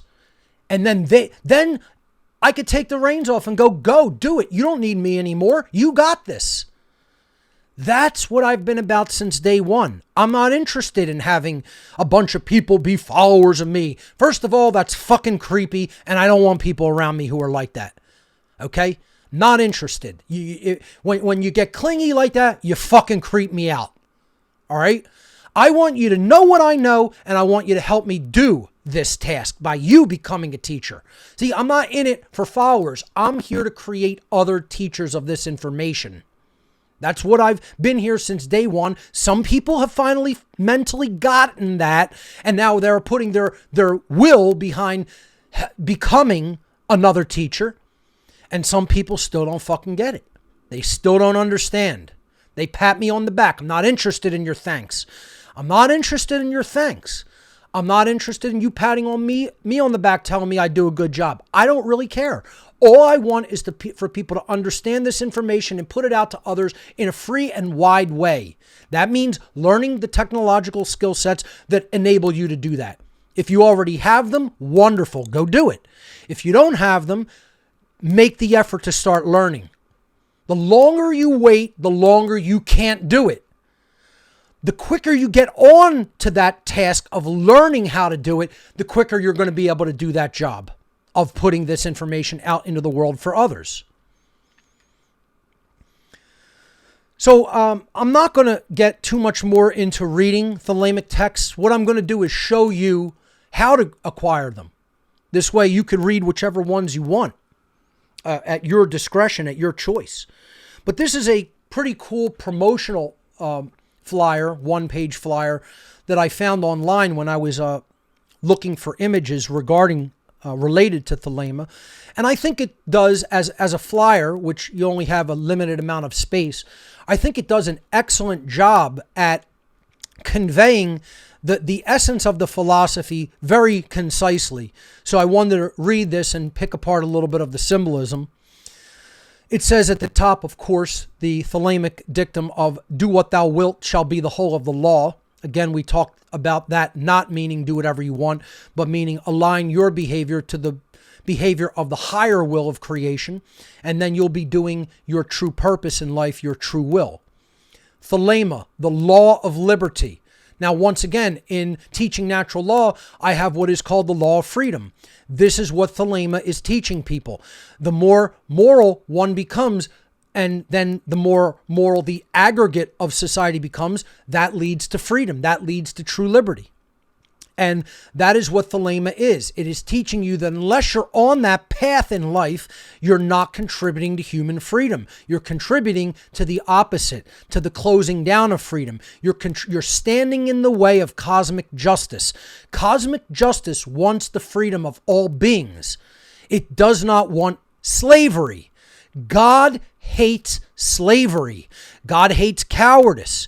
God hates willful ignorance. Yes, there are things that the creator of the universe does want to see put into effect, because why would it put all of the laws of the universe into effect, create beings that it sets on an evolutionary biological course, and then eventually to an evolutionary spiritual course once it gets it up to the level where the biology can support the philosophical understanding of things like rights and freedom, and the importance of those things when it comes to true evolutionary progress of the soul in consciousness. See, this is what the Rosicrucian tradition teaches. See, again, another thing that I think I need to really delve into, like early on in What on Earth is Happening, or maybe not so early on, like halfway through, we really went into Freemasonry in depth. We really went into Tarot in depth. We really went into Kabbalah in depth. Now I'm going into Thelema in a little bit of depth, not drastic depth, but just to whet the appetite of the potential student. I think I really am going to have to get into Rosicrucianism and Theosophy. I think this will complete the exploration of the most prominent and important schools of occult philosophical thought. And if I don't do that, I'd be negligent.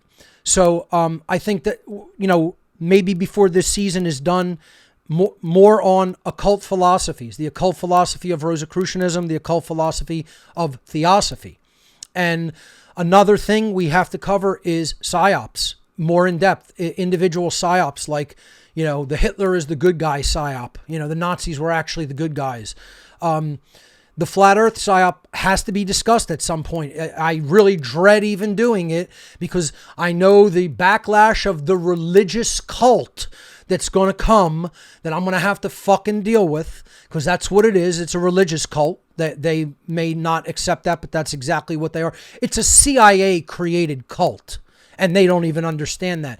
They don't even understand that their masters gave them a religion to cling on to, like fucking dunces, that makes the entire freedom movement look like a fucking sack of shit. And they've reeled them in on the fucking hook with this psyop. And there's many others. There's many other psyops. Again, the founding fathers as the bad, evil, white, rich slave owners that don't really care about human rights. That's a psyop. These are all cultural, some of these are cultural Marxist psyops to get you to believe things that make you feel totally demoralized about your origins, the origins of America. And, we got to delve into these. So psyops and other occult traditions will probably round out this season of What on Earth is Happening. And I may throw in a few other topics, a couple, but really, what do we have? Less than 7 weeks left, something like that. So I really have to get to those things, psyops and Rosicrucianism and Theosophy, without a doubt. So continuing here on this poster, Thelema is the law of liberty.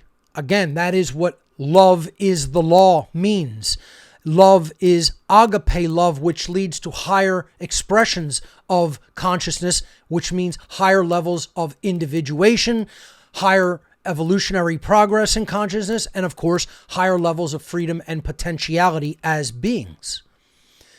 So then it goes on to ask, and secondly, you see the pillars, the pillar of Yakin and Boaz.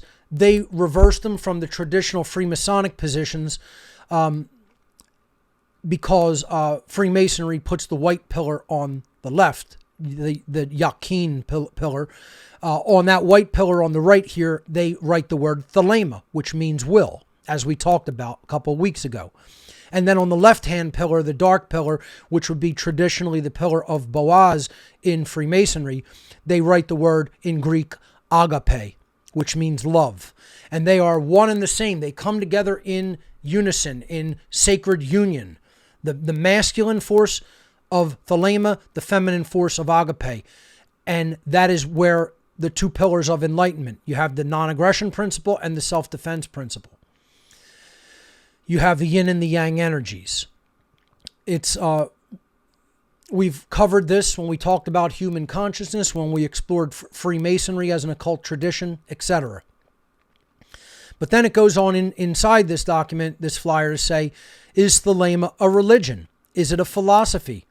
Is it a collection of mystical practices? Because we talked about Thelema has practices involved in it to quiet the mind, to get in touch with the intuition, to get in touch with what they refer to as the holy guardian angel, that could then help to set you upon the path that you're really supposed to be on in life, to help freedom to manifest and to help the true will of creation to manifest in our lives. So is it those things? Is it a religion? I personally don't like to look at it as a religion. Some people do. I think that's, taking it a little bit too far. I consider it a philosophy. That's why I worded on these 3 shows, these 3 podcasts, the occult philosophy of Thelema, right? Is it a collection of mystical is it a philosophy? That's how I see it. Is it a collection of mystical practices? There are practices involved. We got into them a little bit, mostly meditative practices, yogic practices. And again, it's really to quiet the mind. Thelema teaches for you to hear the voice of creation, that they see as that's your guardian angel speaking to you, right? For you to be able to hear it, you got to get the junk that's constantly cycling in the mind and yapping away. You got to get that out. Or you don't have to get it permanently purged, right? No one's saying you have to have a permanently quieted mind, right? Okay, God knows my mind gets chattery all the time, right? But you have to be able, in a learning and teaching moment, to be able to suppress it, quote, silence it. Because it's just like trying to listen to somebody doing a radio broadcast or a podcast like this, and you have a bunch of loud music playing. You're not going to really be able to focus in on and hear what's being said. You need concentration for that. You need to really listen. And if the mind is going, blah, blah, blah, blah, blah, blah, blah, oh, he just said this and this and this, and I got to think about that. You're not even really listening. You're not present. And you know what, folks? This is one of the things, again, part of the practices of Thelema and there's many, many techniques, and you don't even have to do it from a Thelemic perspective. You can learn these techniques in other traditions. But the more and more I realize the ignorance of human beings and where they have sticking points in learning, it's almost like humanity has a very bad learning disability, and I'm realizing this is a commonality, and we have to do something about this. Maybe this might be the last show, or maybe I'll do this next, right? Maybe this would be a good idea to set up the shows on PSYOP so people can really listen, to set up the other shows on occult tradition so they can really, really listen. Because what I'm finding more and more in studying the human condition and interacting with people is people can't truly learn because they're not truly present mentally. See, this is part of, in occultism and in spirituality, that is referred to as present moment awareness. And I think I might have to do an entire show on what true present moment awareness is. Now, we did this before, okay? But I think I have to revisit it. Present moment awareness revisited. Maybe that's next week's show. I'll think about it and decide what I want to do. But you have to be able to prevent the noise of the mind from distraction of what you're really trying to learn. Because if you don't do that, you're not truly present and you haven't opened up yourself as a vessel for learning. In other words, if I have a bunch of liquid in this glass, right, I can't fill it really with a new liquid. Okay? This isn't quite filled to the top, but it's filled most of the way, right? So if I wanted to fill it up completely with something else, I would first have to empty the glass. And part of the problem with teaching something, and even things that can be somewhat complex, is most people are dealing with a full glass already. They haven't learned to drain the glass first. You could drain it, put it in storage. It'll still be there. All those thoughts will still be yapping around 24 hours from now. I promise you. But if you don't learn the techniques to say, now it's time for an empty glass, and this chatter must be silenced for a time. You don't have to do it forever.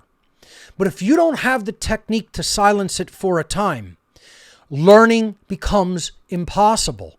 It becomes a chore and it becomes a disability. The chatter is actually enabling a disability. And I think this is one of the biggest problems in people's ability to learn. I think that the people who come back to me and say, Mark, I couldn't hear you before, something forced them to take the chatter of the mind down, at least to a certain volume and level of activity, where then they could hear my voice and they could hear the voice of other voices of reason. And that still hasn't happened in most people's lives. They're so rooted in one way of thinking, and they're so rooted in that constant babble of the mind that they have no frame of reference for quieting it. They have no technique for doing that. And when you don't have a technique and a frame of reference for doing that, you're in a very, very, very poor position to learn anything. It doesn't matter what it is. If you want to learn history, you're in a poor position to learn that when you can't quiet the mind.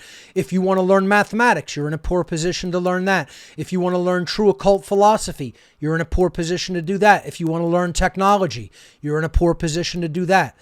This is, I think, one of the roots of people's general learning disabilities. And I think I'd be doing a disservice to people by not teaching some of the methods that I learned and used and are absolutely a part of a practice such as Thelema, a part of a philosophy such as Thelema. It contains these practices, as is involved in many other practices. You could learn EFT, and it's a form of this. You could learn transcendental meditation, and it's a form of this. You could learn yoga, many different styles of it, and it's a form of quieting the mind. It empties the vessel to the extent and turns the volume down such that you can hear the voice of the teacher and you could then be filled with that information and knowledge.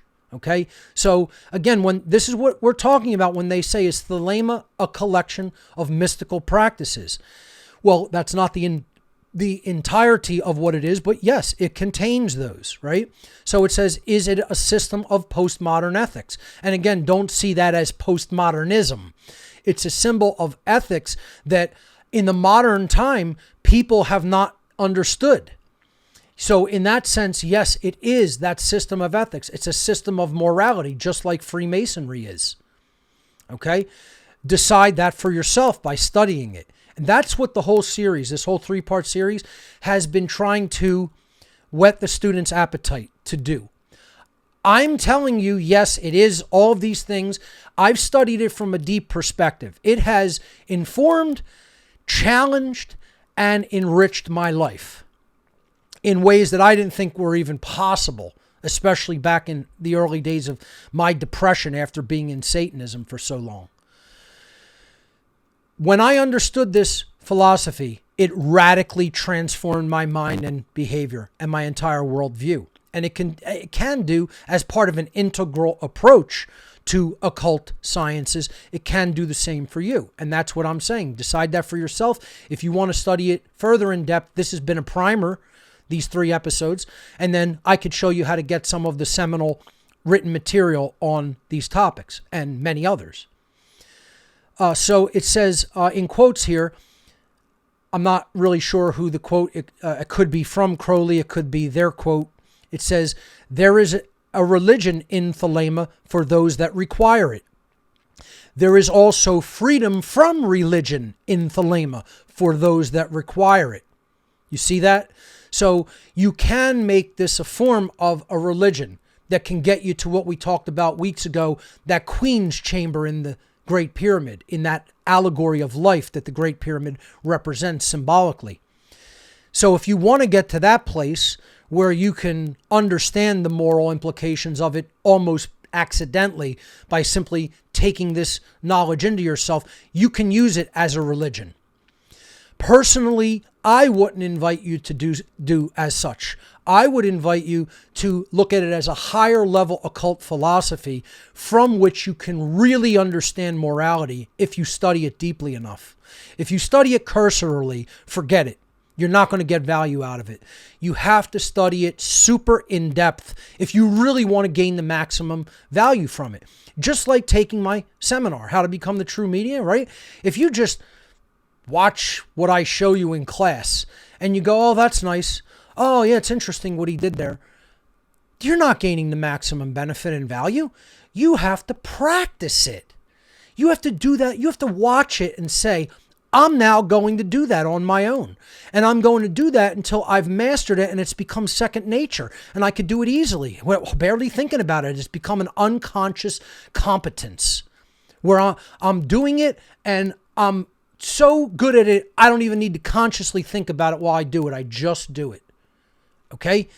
There's power in that, but what does it require? It doesn't just require focus. It requires action. This is always the missing ingredient in people's lives, is simply doing it. Don't talk about it. Don't mentally say, oh, I saw that. Oh, I got that. You don't got it. You got it when you've done it. Over and over and over and over and fucking over again. That's how you master anything that is worthwhile doing. So we're not just teaching the physical mechanics of doing a podcast like this. It's life lessons like that are taught in the seminar. Life lessons that most people never got. Sadly, they never got them in life, right? I never got most of them in life by my parents, by people who were around me when I was young.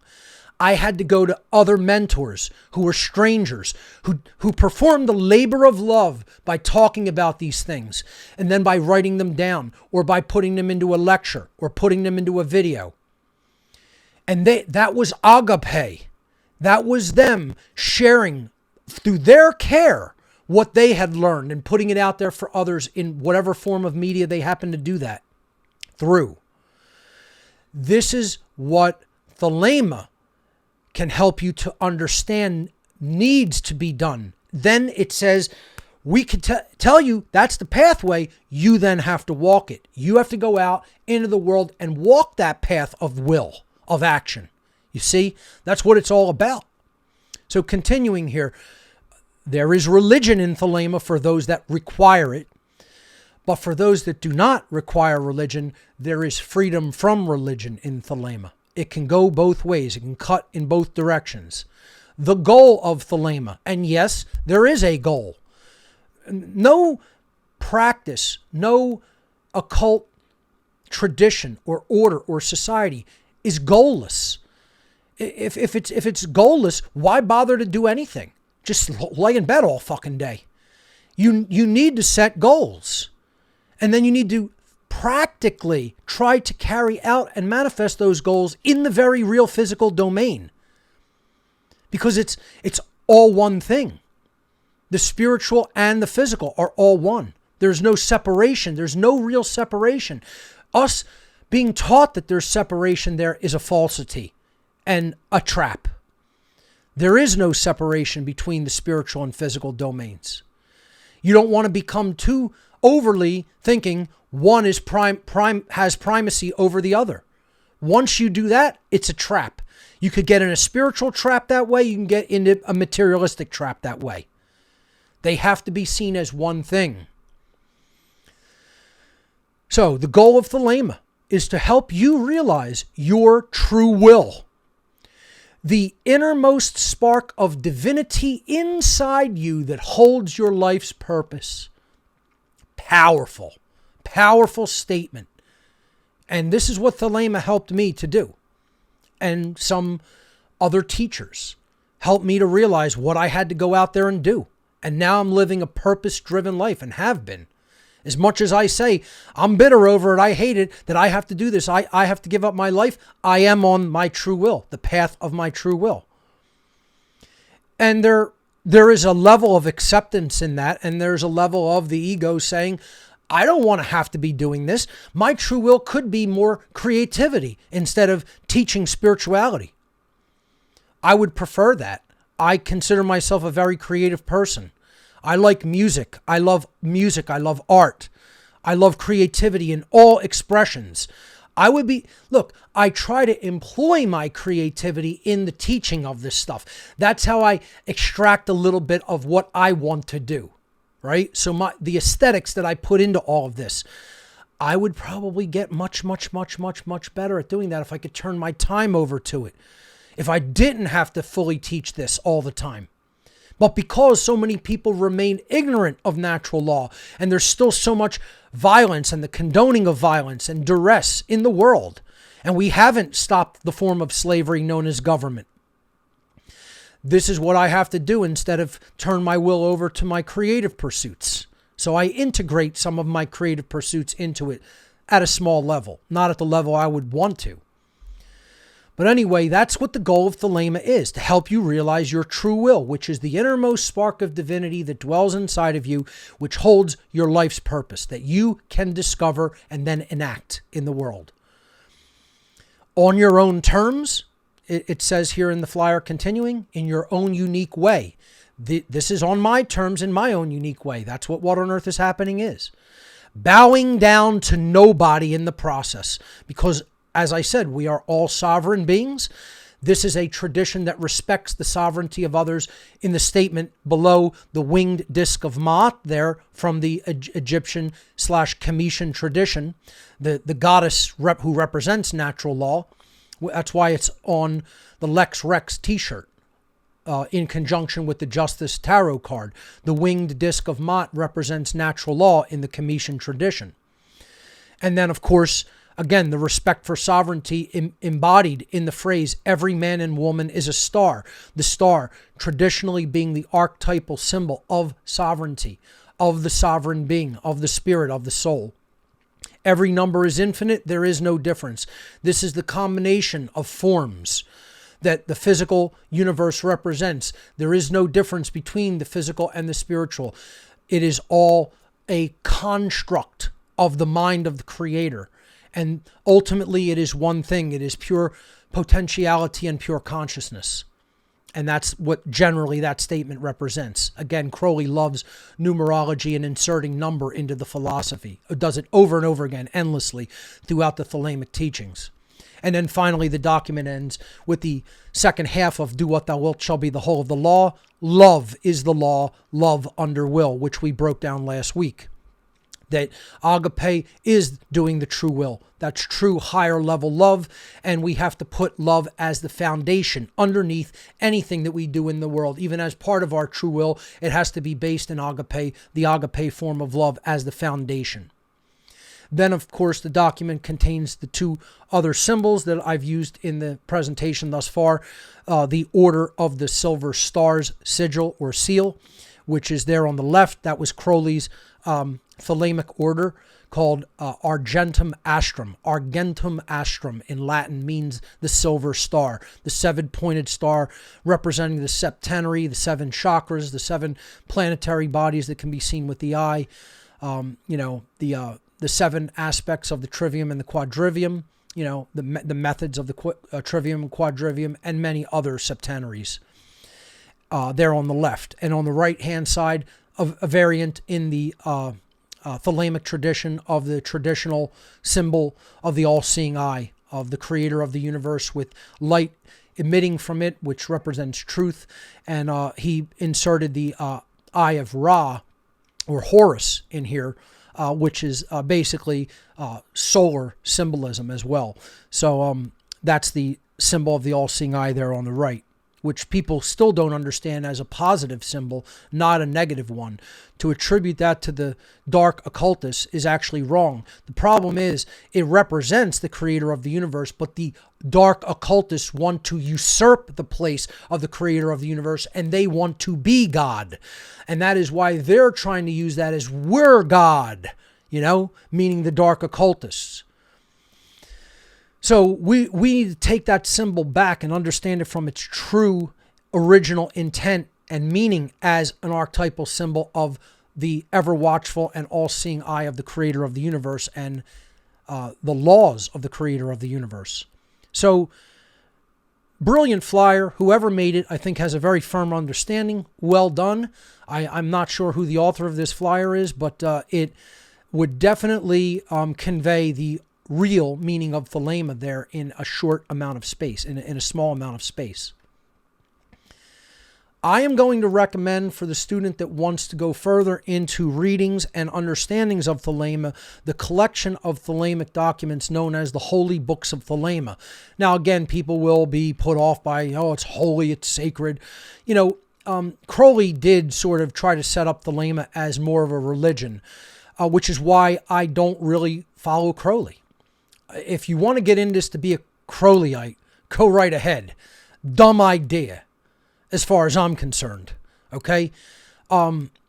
However, you can look at Thelema from a purely philosophical point of view and read Crowley's writings from that point of view, and then you have to understand, oh, some of it's really inspired, and some of it's really egotistical. Can you read and be able to pick apart through discernment which is which? Do you know when Crowley's really in the spirit and he's really writing high-level philosophical thoughts? Do you know when he may be in a drug-induced state and writing a bunch of nonsense that is all egotistical to him, for him? This is what Thelema forces you to do. It forces you to exercise judgment and discernment, which is absolutely critical in any spiritual practice.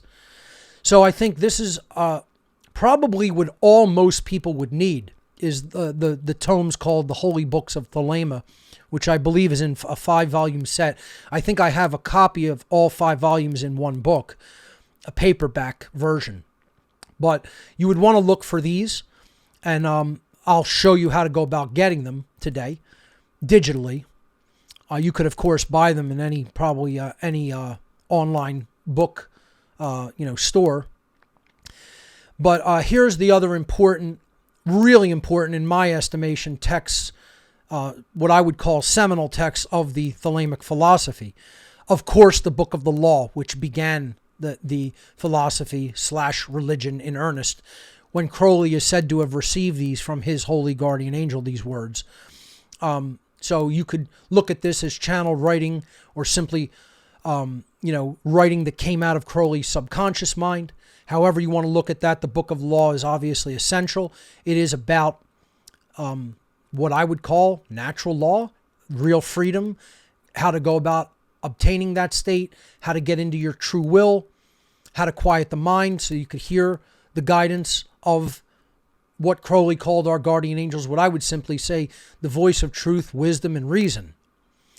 And then another great book, which is a collection of letters by Crowley and other writings, Magic Without Tears, where Crowley really gets into talking about the Thelemic philosophy. Instead of the original writings of it, he actually discusses meaning of the philosophy in here.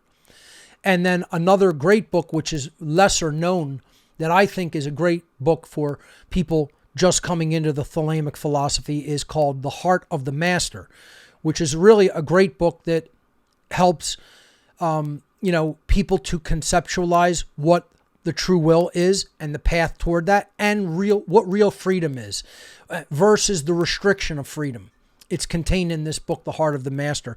I think it's one of Crowley's best writings. Most people don't even know about it, but I think it's a really great one. It's a short one, too. It's not very long.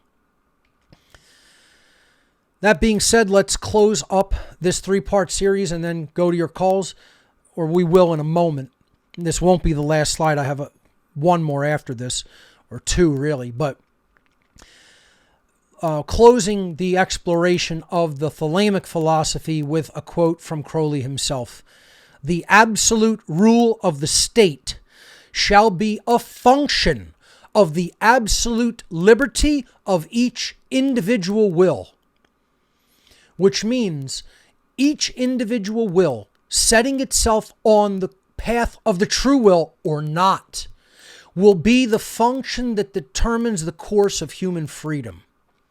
Let me say that again. So you notice he's using individual will, lowercase w, and true. That's what it means here. The absolute rule of the state shall be a function of the absolute liberty of each individual will. Because you have to turn your lowercase w will over to creation, to its higher case w will Thelema will, not what I want to do, what I want to be done. And if you do that at an individual level, and then the aggregate of society makes a choice whether to do that process of stepping into the true higher will or not, that is what actually determines the level of freedom of the aggregate of the society. And Crowley worded it as the absolute rule of the state. Will the state rule entirely and there will be slavery if we do not turn our individual will over to the higher will? Or will we do that and set ourselves on our true path of the true will of creation, by which we will reduce the rule of the state and gain true freedom in life? This is the law of freedom in Crowley's words, not in mine. Okay? I word it as the law of freedom is that as morality increases, freedom increases. Morality is going to be determined by if we get on the true path or not. And that means action, will, Thelema. Not knowing it, doing it. It's not about what you know up here. It's not even about what you holistically have as holistic heart-based intelligence. You can have all of those forms of intelligence firing and operating on both cylinders, making a connection between the head and the heart all day, every day, all you want, and nothing will change unless you take right action through courage. The guts have to be the third part of that trinity. Mind, heart, guts. Head, heart, guts. If you don't have all three of those operating on all cylinders, firing on all cylinders, you're missing the most important part of the equation, which is courage and action. And that's why Crowley put so much into, when he did the Thoth deck, of emphasizing the courage or strength card. I'm not going to really get into that too much today, but I wanted to say this is Crowley's way of expressing the law of freedom. The absolute rule of the state shall be a function of the absolute liberty of each individual will.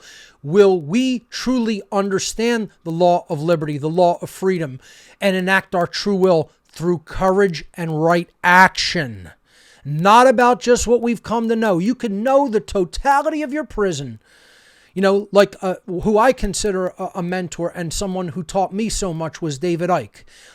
He has a statement, a saying, what good is learning every single solitary detail of the prison that you're still in? What good is that? You can know the whole totality of the prison system. That's not going to help you get free. What's going to help you get free is right action, saying no, not cooperating with the enslavement methods, and doing what is going to be required to sacrifice of yourself and your own selfish will to then align your behavior with the will of creation by reaching out and teaching others. That's what's contained within this statement if you really know how to read it. And again, it dovetails perfectly with what I put out a few weeks ago, or re-put out and reworked a little bit to make it a little bit clearer. The real political spectrum, a function of consciousness and morality. Again, I put this graph, it's a function, meaning there's only one y value for every x value, okay? You can't draw it like this, okay? For every value on the horizontal axis, there's only one value on the vertical axis. That's what a function is mathematically, okay? And Crowley is actually saying this, that the rule of the state is a function of consciousness. It's a function of morality. It's a function of, are you going to align your will to the higher will? So I worded it here, the amount of consciousness, understanding of objective morality, and respect for self-ownership or sovereignty present in society. That's the vertical axis. And then the horizontal axis has its 0 point in the middle, and total control It's the amount of external government based on coercion and violence. The 0 point is in the middle, meaning true freedom, no external control.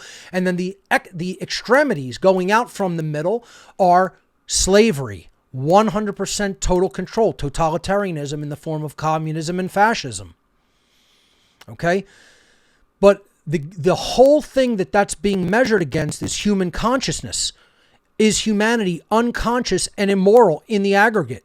The bottom of the vertical axis, or are we enlightened and moral? Okay? And as we become more enlightened and moral, we have more freedom. That's a function of the rulership of the state. As we have less and less morality, and we are more and more unconscious of how the laws of nature and objective morality works, we go deeper and deeper into slavery and bondage as we are lower and lower on that function graph. It's a function. The function of the individual will to become enlightened and moral is a function that is absolutely correlated with the rulership of the state, the rulership of government. And then all you have to do is replace conscious and moral with, are you living the true will? Have you turned your individual lowercase will over to the higher level, capital W, will of creation itself? So living the true will versus living the selfish will. The function of the individual will is a measure of the rulership of the state. It's right there in the graph that I presented, and this is exactly what Crowley was saying. So I hope people understand that. I hope you gained a lot of value from this 3-part presentation. The last hour today will be devoted to your calls. Do what thou wilt shall be the whole of the law. Love is the law. Love under will. Thank you, ladies and gentlemen. I hope you gained a lot of value from that presentation on the occult philosophy of Thelema. Let's go over to your calls. I'm going to get set up for that. So let's put my 3D logo there, come back down here and step out of the presentation. As a matter of fact, let's not do that. I'll leave that slide up unless I want to go somewhere else. So let's go back to that. Play that in full screen. And I have to step out. I have to step out of it just to get the Discord call forward. So give me a moment.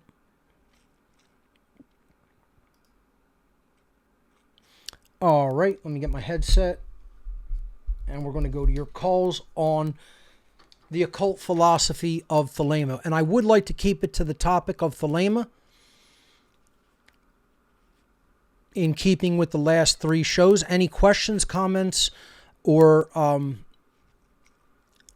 other points that you want to make regarding what we talked about over the last 3 weeks here is fair game. So let's see.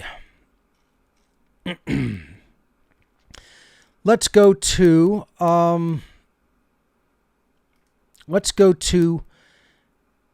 Gala.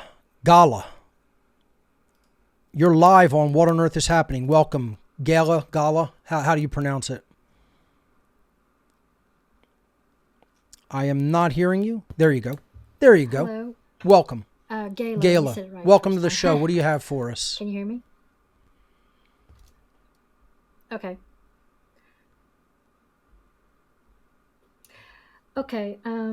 I just wanted to point out, because you said stay on topic, but I'm trying to teach your I'm sorry, I'm trying to keep this on topic. That's okay. Just, take your time. The general principles of laws of nature, and I'm finding it very, very difficult. Are you finding the concepts difficult yourself, or teaching them to others? I'm teaching girls, and it is...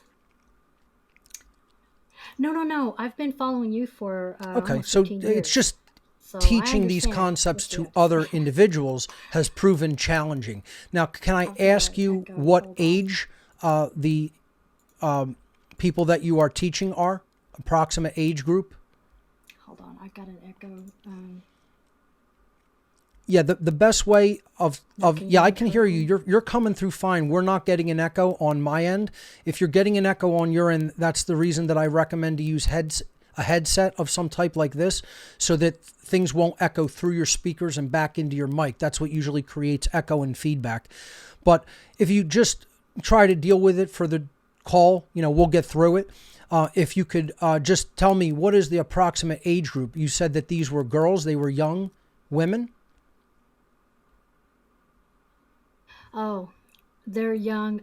They're 28. Well, that's to not that 30, young. So they're and they're they've definitely had. adults and have been in physical adulthood for many years. Yeah. Oh well, Right. I'm Yeah, older, so I understand.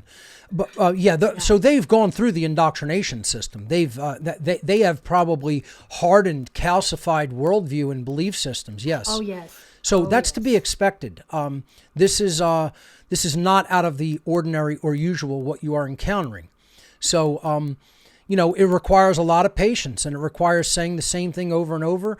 One of the techniques I'm going to recommend to you, I can hear a little bit of frustration, regarding this, and that's normal. And don't feel bad about that or beat yourself up over that. That's absolutely what you're going to encounter, right? So I recommend always asking them questions about themselves, about what they themselves say is true about them as people, right? So you have to appeal to an individual's own sense of their own morality.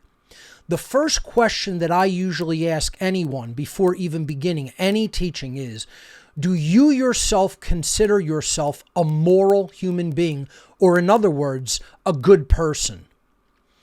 And then you have to inject questions about the philosophy of natural law into the framework that they've already said is true for them. Meaning, does that mean that you would agree that you do not have the right to perform acts of violence, to initiate acts of violence against other individuals, nor would a good person that you claim to be condone other people performing or initiating acts of violence upon other individuals? See, that sets up the contradiction that will come. And then if that contradiction is, if they are honest about it, right? See, so you're logically setting up, and you could even say this is part of Thelema, because you could do this in Thelemic philosophy as well. It's natural law. So you're setting up the individual saying what they consider to be a truth about themselves, right? And then you're setting up their own internal contradiction. They have to do one of two things as you continue to unfold morality to them, right? You could then get into objective morality. You can get into rights. You can get into what people have the right to do and not do. You can get into the transgressions against morality. You can get into the inability to delegate a wrongdoing to someone else, because you don't have that right as an individual, so you can't give it to any others. And you could keep going down that yeah, path. I do. I do a lot of. Go ahead. I do a lot of stuff that you've been talking about. And I think I'm getting through to one of them, but she got brutally beaten by her boyfriend. Left in a Terrible. garbage can. Oh my God. So she's more willing to listen. Yeah, And it's you see horrible. that I now. don't even wanna That's tell you actually how that very left her. powerful. She wouldn't. It's very powerful what you just said. If I may take a moment, the person was willing to listen after suffering. Now, I don't wish suffering like that upon anybody, especially when it's violence committed by someone who has no right to enact violence like that, right? I don't want to see anything like that. The issue that I'm talking about here, which I've been talking about on former shows, is it seems that when we come into such a place of rigid, what I call satanic ego, that's not thinking, oh, I'm a big bad man, I'm going to be go over all against everybody. That's not what I'm talking about as ego. Ego is the force that says, I can't abandon my former worldview. I had to be right about that. I can't be wrong. I have an attachment to being right. And in point of fact, reality, the person actually is wrong, right? But they don't want to let go of the wrongness for some reason. They think that they're going to look stupid. They think that they're going to look played like a fool if they admit what I believed in isn't true, right? So again, what you're seeing is that individual who went through tremendous suffering, something disengaged while they were in that state of suffering. Perhaps they couldn't do all the things that they were doing before. So there was a time of relative quiet in the mind. And then if you continue to speak with them and present the truth, the mind is now in a different modality. It's not in the chatter all over the place that it was before. Right? Now, a little bit of space has opened up because of trauma, unfortunately. Yeah. And this is what I say, that humanity's on that path, right? We're the ones who are going to get beaten viciously and left for dead, because we're not changing our worldview when it comes to violence and slavery. And therefore, the universe is going to come in and it's going to blast us with a right hook that's going to put us into what I call the way of maximum pain, right? Suffering can be a teacher. Suffering can make the mind quiet enough for a small amount of time such that you finally can hear what's been being said to you the whole time. And sadly, for your friend, that's probably what she went through. It's terrible to it have to be that way. And I'm not saying that's anything that had to happen. That's a willful choice on the part of a violent person to do that, Yes, go ahead. I can see where her life is similar to what the world is going through. We're basically going to have to get our ass kicked, thrown in the garbage can, cut our throats, and whether we're going to fight for the right things now, or we're going to continue doing what put us in the garbage can. So, that's right. So I don't know if that's anything to laugh at. I think this is a fantastic call. Thank you for relating that to me. I want to just briefly continue, and then you could close up the call with, I just want to say, set the individual up as part of your rhetoric, your exchange with them, for at some point in the future discussion with them of one of two things happen. They either have an aha moment and it clicks and they're like, whoa, that's actually what it means to do good and to be correct and to really understand rights. And then they'll acknowledge, I have not been doing that. I've been advocating for and condoning something that is other than that. And therefore, they'll understand the inherent immorality in government.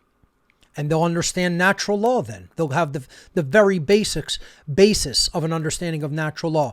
The second thing that can happen is the individual could attempt to double down and stay attached to the worldview and ideology that they're currently engaged in, which is advocating violence. But then they're set up for the contradiction where they have to lie, not only to themselves, but speak a lie aloud to the other person and then acknowledge that their former statement about being a good person was a lie. They'll be forced, it's a dialectical path, right? You're deliberately setting them into a dialectic. And that's why I say dialectics do not necessarily have to be bad. They can be good teaching tools. It's when they become manipulatory toward a bad end goal. See, you're setting them up in a form of light manipulatory dialectic such that they only can come out two ways. They could acknowledge the truth, or they could double down on their wrongdoing, their wrongness of their worldview. But then ultimately what they have to say to themselves is, I agree that violence should be conducted upon people that don't really deserve violence conducted upon them. And to advocate for that, could you possibly, at the same time, truly be a moral individual? Or are you only making the claim to another person that you're a moral individual? And ultimately, if you're honest with yourself, that statement itself is a lie. And the person would have to live with that contradiction. You would basically say, well, we understand what you believe, where you're at.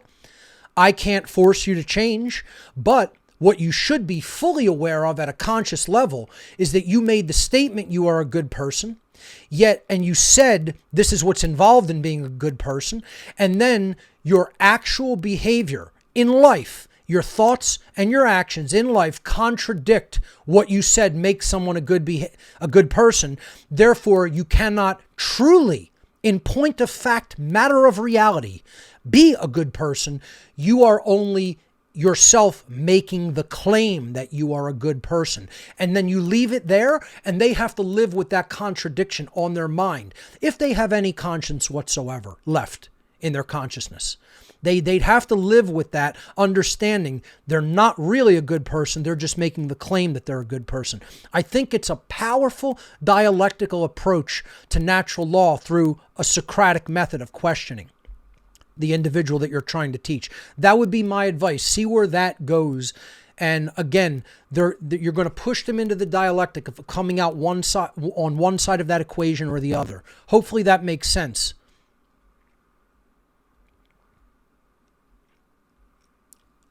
It makes sense. Thank you very much. Great call. If you want to wrap up with anything, just feel free, go ahead, and then I'll go on to other callers.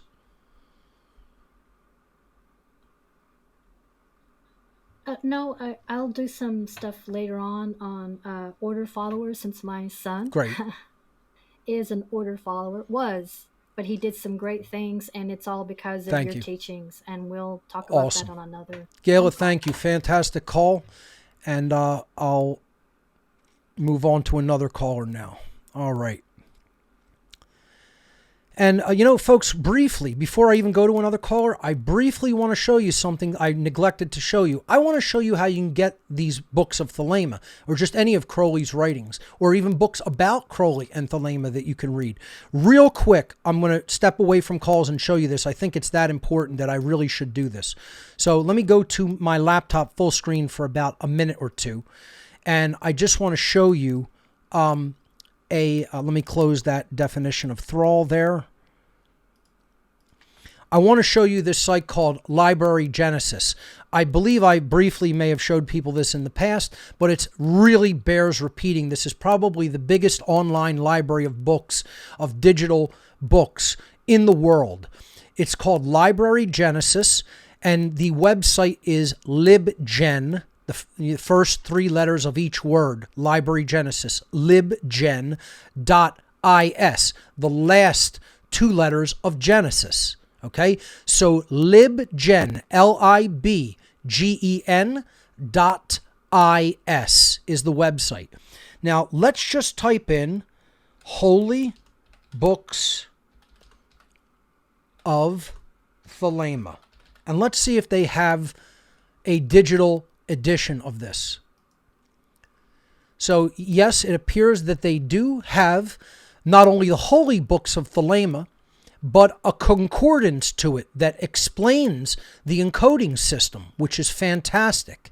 Let's download both of these. One is in PDF format, the Holy Books of Thelema themselves, and one is, as you see here, EPUB, or electronic publication, which means it has flowing text. You can reflow the text, whereas with the PDF, it's a set layout. You cannot reflow the text. So, I'm simply going to click on the title of the book, not the author here, right? But the title. So let's open both of these. I'll open them in separate tabs. So I'll right click on this title and hit open in a new tab. And I will right click on this title and I will hit open link in a new tab. Now I'll go to one tab. The first tab has the Holy Books of Thelema themselves. This is the edition that I actually have. This is probably scanned from the paperback edition. My cover looks exactly like this, the one that I own physically. Okay, and then I'm just going to recommend that you pick one. So see this right here, right? This is a description up top here of what the book is. Okay, and you can read all about that. It's all information about it. paperback, how many pages in the paperback, etc., the publisher, all of that stuff, right? Interesting to know, okay? But then this is the where the downloads happen. Mirrors, this word right here, mirrors, is just a piece of technical jargon that means download locations. It means places where the same file is hosted simultaneously. It's mirrored in all of these different locations.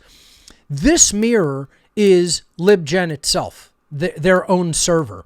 Libgen.gs is another one. ZLibrary is another one. Then you can get it from a torrent file, Gnutella protocol, eDonkey, which is ED2K, Direct Connect. These are ancient protocols. I don't really recommend them. Okay, this mirror almost always works.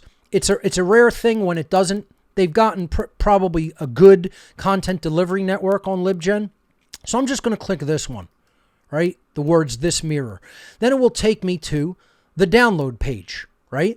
Then all you have to do is go up here to this little link here that says get and hit that, and the book will begin to download.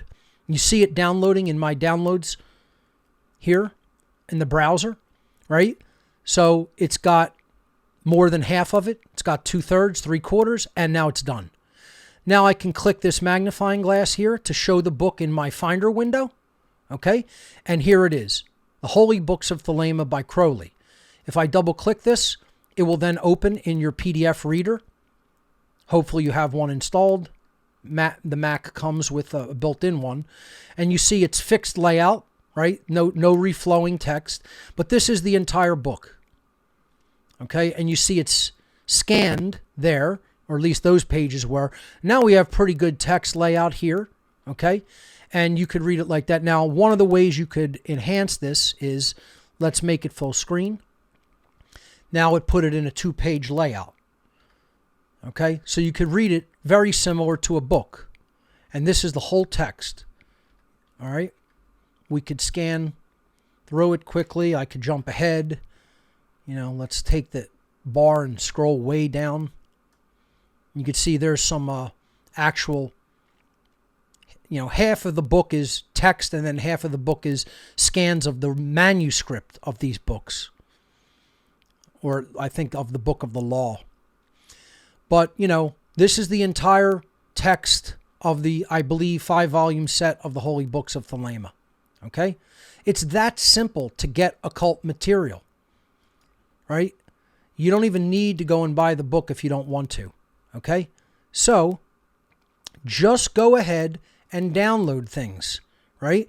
So, let's download the addendum to it, or what was it called? They called it the concordance. So this individual, Colin Campbell, wrote the concordance to the Holy Books of Thelema.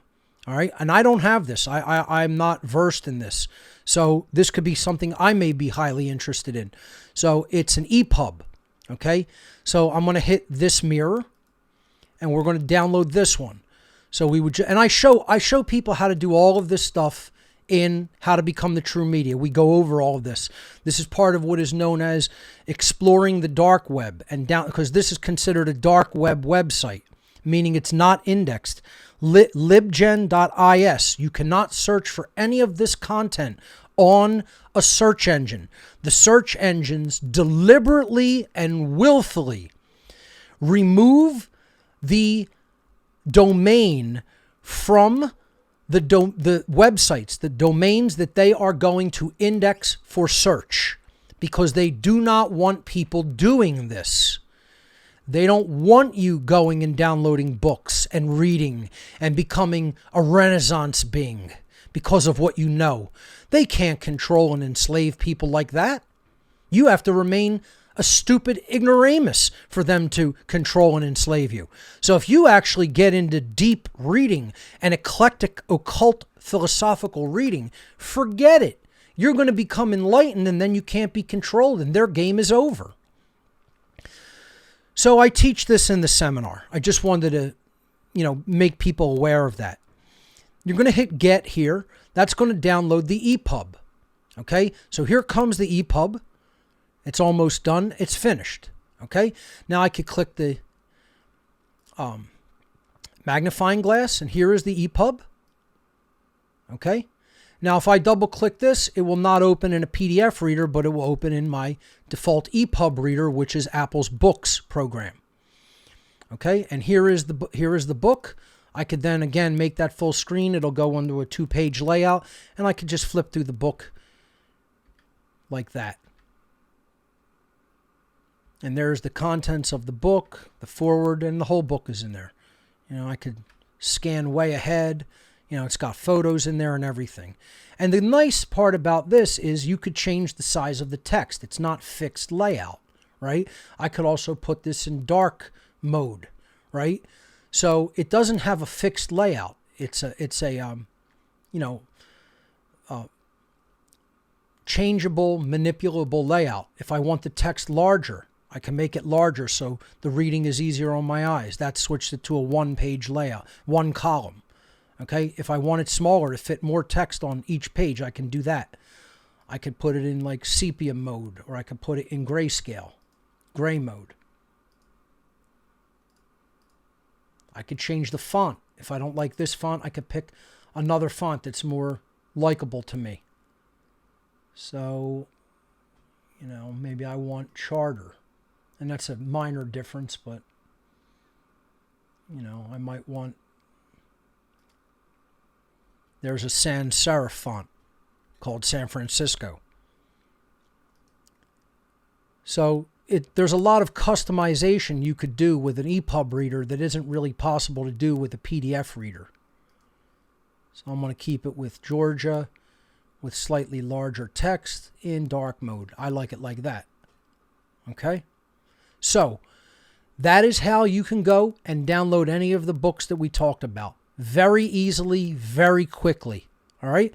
Just wanted to show people that for people who want to study further on their own. So I'm going to switch back over to Discord. Let me actually go over here and go back to the logo, and then I'll go back to my laptop and switch back over to Discord. Great. Okay, let's continue with another caller. Let's hear from Justin. Justin, you are live on What on Earth is Happening. Welcome. Hello, Mark. How's my audio? Coming through loud and clear. Thanks for calling in. What do you have for us? Perfect. Yeah, I just wanted to make a comment on the previous call. It was excellent. I'm very glad you got into, some of the ways that we could get through to people. The next thing is I wanted to compliment you on the format of What on Earth is Happening, because What on Earth is Happening is not just a show, but what it really is it's a process. It's a mind control shattering process.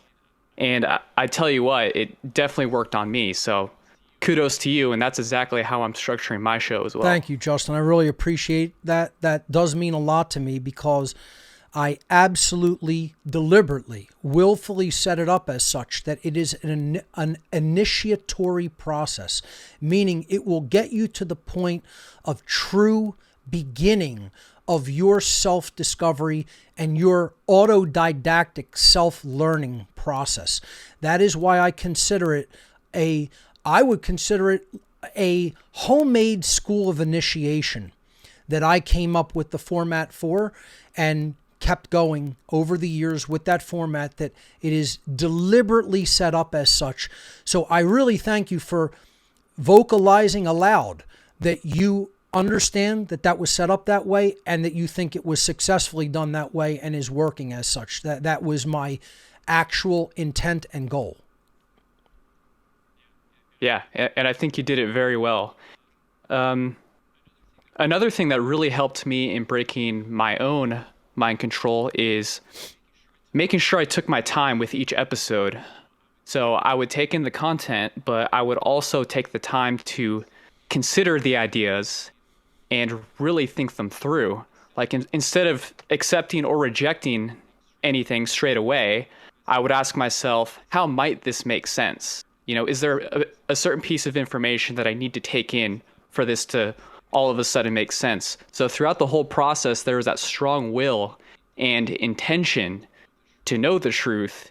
And that really made the biggest difference for me. So I encourage any new listener to do the exact same thing, is pause and just reflect all throughout. That's phenomenal advice. And I'm so glad that you approached it that way and that you're offering your suggestion for others to approach it that same way. The hallmark of the beginnings of true holistic intelligence are that the potential student does not immediately accept or reject what is being said in any exchange of information. It is to take that information in with an open mind, but not immediately accept it. Then you have to begin analyzing it. So you're doing the trivium method. See, you employed the trivium here, whether you were even consciously aware of that fact or not, because what you did first is you took it in. That's input. That's grammar, right? It says nothing about the veracity of the information. It's simply input. You took it in, but you didn't accept it as true and you didn't reject it as false immediately. Then what you did is you had to compare and contrast what is being said, the information. You had to analyze it from a logical perspective. That is processing, or the logic step of the trivium. Okay? So you have input or grammar, or what they simply referred to as knowledge in the ancient trivium. Then in the second step, you're processing that. Okay? That is logic and understanding in the ancient trivium. And then finally, when you come to a grasp of the truth about the statement, then you could do something with it. So if you find it to be true and your logical processes, bore that out, and you compared and contrast and you tried to find logical inconsistencies, you weeded out any logical inconsistencies, you take the essence of the information. Once you come to understand it, then you use rhetoric to put that out there to others. That is the output stage of the trivium, or what they called in the ancient trivium, the wisdom stage. Wisdom is right action. It's doing what you know to be right with what you have come to know and understand. And it doesn't come to be wisdom without that action step. So I really appreciate that you took it upon yourself to actually take my advice early on. Don't just take this for granted. Don't just listen to me. Don't just accept what I have to say. That would be one of the worst things you could possibly do. Again, I'm not looking for followers or cult members. I'm looking for people who can apply their own logical processes and processing to this information to come to a similar conclusion if it bears out to be true. And then if they find that it does, teach that to other people, because you feel that that is the actual solution and method of getting this understanding about morality to more and more people. So Justin, that's exactly what I want to see happen as a result of me putting this information out. So I thank you for taking it as such and doing that with the entirety of the information. Yes, definitely. Even before you formally talked about the trivium, it's just something I did on accident, just out of intuition. Right. So I'm glad it ended up working out that way. And then once you actually cover that material, then, I started doing it consciously, and it became even more powerful after that. Awesome. So yes. Next, I did sign up for your How to Become the True Media for this seminar, so I'm very excited season, about that. Correct? Awesome. Yes, correct. I think you're going to gain a lot from it. I think, you'll appreciate the sort of interactive nature of the seminar and the ability to ask questions and then to practice on your own. It's about me showing you some techniques and then you practicing those on your own to get better with them. And the people who have really taken it the farthest have really heard and performed that aspect of it, where you don't just show up for class. Showing up for class is important. Don't get me wrong. You got to be present for the actual lessons. But then the practice, putting it into practice, that takes time. Nobody's going to do that instantaneously and instantly become an expert, right? You do that over time. You practice. You get better with it each time as you practice it more. And then before you know it, you're doing it on your own. You don't even need me explaining it to you anymore. You just simply know how to do it, and you're doing it by yourself. That's all I want to see. So I am going to make a virtual promise here. I can almost guarantee you, I can promise you, you will come out of this seminar with the technical competence to teach this information in a formalized way to others in some form or other that you want to do in some capacity. You'll come out of this seminar with that information, in your tool set. That's great. And the great work is actually something I started doing just on my own a few months ago. But the reason for taking your seminar is because I want to take this to the highest level possible and really do it justice. And do you mind if I talk about my show a little bit? Okay, so like I said, I formatted it exactly the way you did, where it's going to start off with knowledge that's a prerequisite to knowledge that will come later on. And it's called libertysolutionsnow.com. I'm on all of the social media websites, including all the alt tech. So I'm starting to create a presence, and I've been very surprised with the positive feedback I've gotten. People are ready. They're ready. I'm telling you, this is the opportunity right now with what went on over the last a couple of years and even the last few years. This is the opportunity. The people are ready to hear this information. We got to get it out there to people. So strike while the iron is hot. Yeah, that's exactly what I'm doing. There's already people reaching out to me. Even with just the 7 episodes that I've released, people are beginning to start their own shows. They want to have me on as a guest.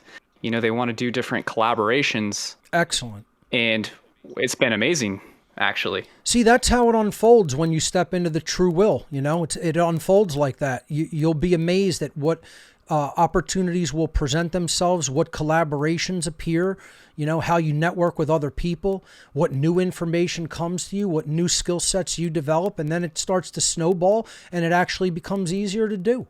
So, Justin, thanks so much. Listen, let's talk further at some point on Discord, and maybe we can bring you on board to the One Great Work Network at some point.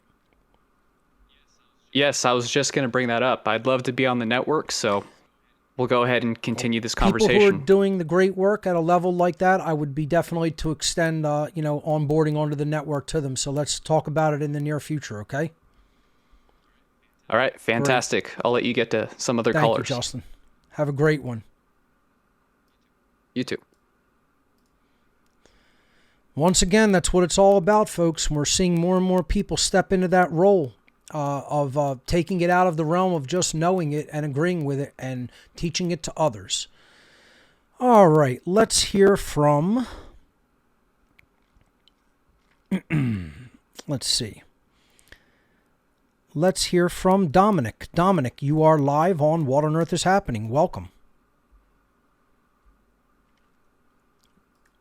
You are unmuted from the server end. Unmute yourself on your end, please.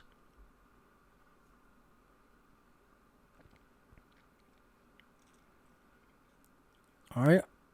It's the other button next to that one. You deafened yourself, but you are still muted. May be a problem with your mic.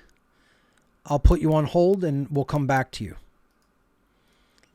Let's go to Darren. Darren, you are live on What on Earth is Happening. Welcome. Thank you, Mark. Can you hear me all right? All right. I just want to say thank you for all that you do with the great work. And I actually first found out about you when I was at a mental health facility. And one of the techs there was kind of like, he wasn't really convinced that I was crazy at all. And he told me about your interesting. Your presentation. Wow, that is interesting. It's terrible that you were, subjected into a facility like that. But it's very interesting that a tech in a facility like that knew about my work and put you onto it. Very interesting. Wow. Yeah, he was interested in the commission philosophy, and we had a lot of good talks. And yeah, I was on disability for like 10 years, Social Security and all that, and been on the system since 2017. I'm 33 now. But as far as Thelema, I know that there's a lot of dark occultists that work in the mental health system, Yes. and hand in hand with CPS and law enforcement. And I know that some of the people that were dealing with me were dark sorcerers. Absolutely. I mean, my mom ended up finding social media pages of these people, and they were linked to, other occult organizations and their membership and their fan groups. At the highest levels, the occultists are the people who are really controlling just about every institution in our entire society. So yes, it's no surprise there to me that they're in the health facilities and the whole healthcare system. Satanists are everywhere. They're everywhere. This is a covert religion that operates under the radar of just about everybody in our society, and they work through the satanic ideology. And there is dark and light in just about every occult tradition, including Thelema. So you have to be careful if you're going to possibly get involved in any type of a lodge system. That's why I personally don't recommend involvement in those systems. I personally recommend using the internet as your lodge, right? Use the resources. I was actually in Masonry for a while. I got to Fellowcraft. Okay. And then when I had a personal crisis, you're supposed to be able to rely on your fraternity brothers to help you out. I was told, hey, you need a place to stay for the night. Why don't you call the police, or why don't you call a hotline of some kind? And, these guys are like retired sheriffs. Yep. They're very worldly people. They're not necessarily interested in theurgy. That's right. And, actual great work.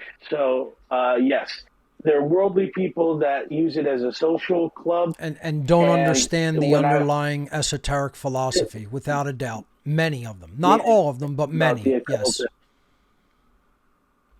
The ones that do have to kind of stay closeted, or they're going to be like considered a whack job. So I had to demit, and I'm glad I did, because it's not for me. I mean, I'm a free thinker. I'm not a big group joiner either. I can support certain groups that I think are doing the right thing, but I don't really like joining anything like that anymore, especially. I kind of learned my lesson the first time not to join things.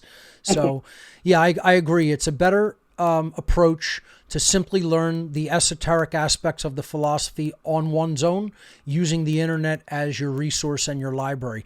And that site that I just gave everyone, libgen.is, you can learn for the rest of your existence on that one website. So download from it as I showed you, and the amount of information you can get from that is astonishing. Just one website. So imagine how much is really out there. Again, that's, the Ark is a selection of things that I downloaded from places like that, and many other places. But the Ark Drive is another resource that it's a entire information archive that is offline, that you do not need an internet connection to browse and to use. That's part of the appeal for me. I feel is one of its greatest points of appeal is that forget censorship. Nobody can censor if you simply plug a physical hard drive into your computer and all the information is there. You don't have to search for it the way I did. That was a labor of love and incredibly difficult effort at some point to get some of those things for that drive. So that's why, tell people, take advantage of the resources we have while we have them now. And, you can move that into tremendous states of awareness and enlightenment if you choose to do it with an act of your will.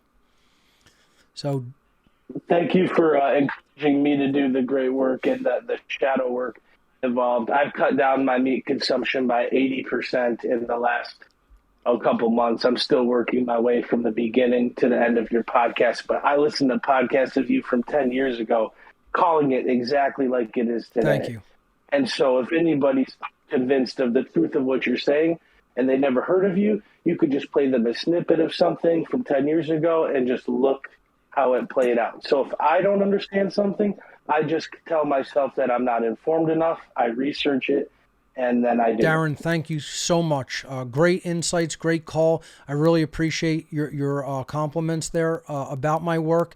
And, it is timeless. It's like if you're saying the truth, there's no expiration date on that. That's why I don't focus so much on the worldly events and affairs. I focus on the underlying causal factors and the philosophy.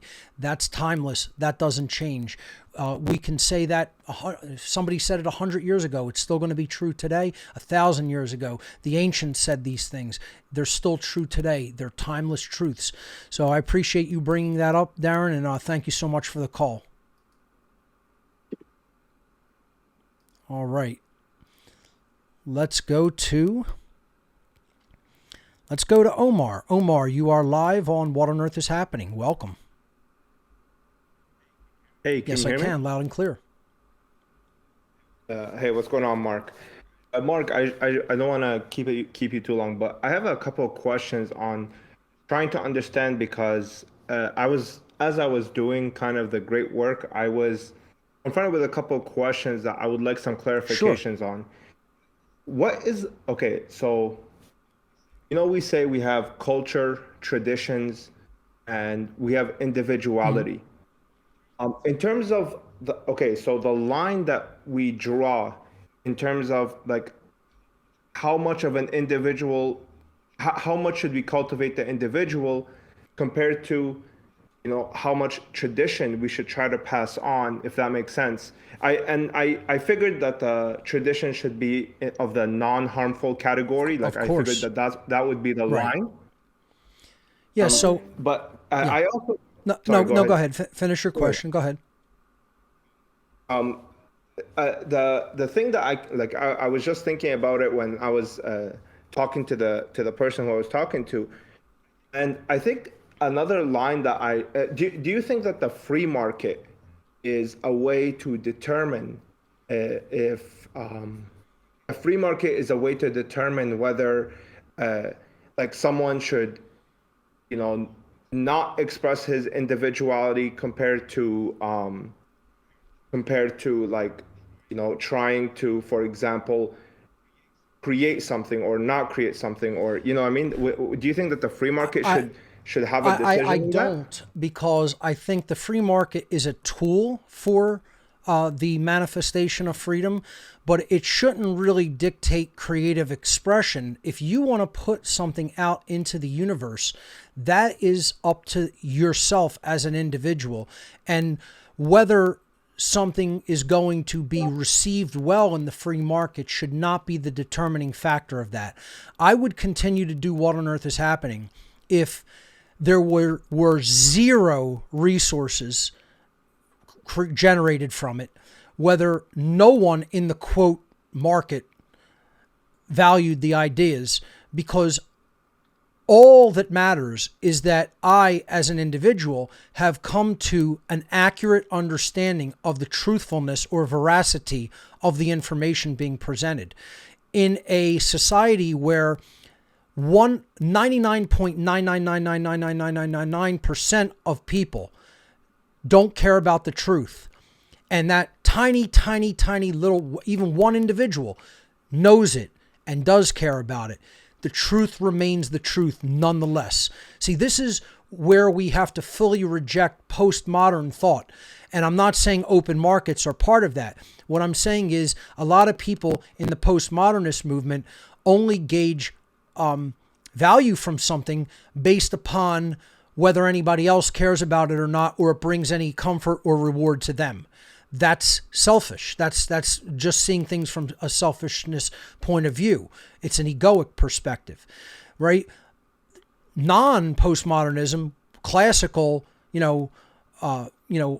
ways of determining truth and coming about that understanding and then expressing it and helping others to learn it, didn't value whether anyone agreed with it or not. See, so agreement, popularity, resources, these are meaningless when it comes to matters of truth. That's why I'm emphasizing over and over and over again, all that matters is what's true and right. So be sure that you're within the truth, the boundaries of what is right. operate from there, and that's where protection comes. And then that's where value comes, because other people who do still have any level of goodness, even a seed of goodness in them, will see value in that, and they will help contribute, and they will help you in your mission, in your true will.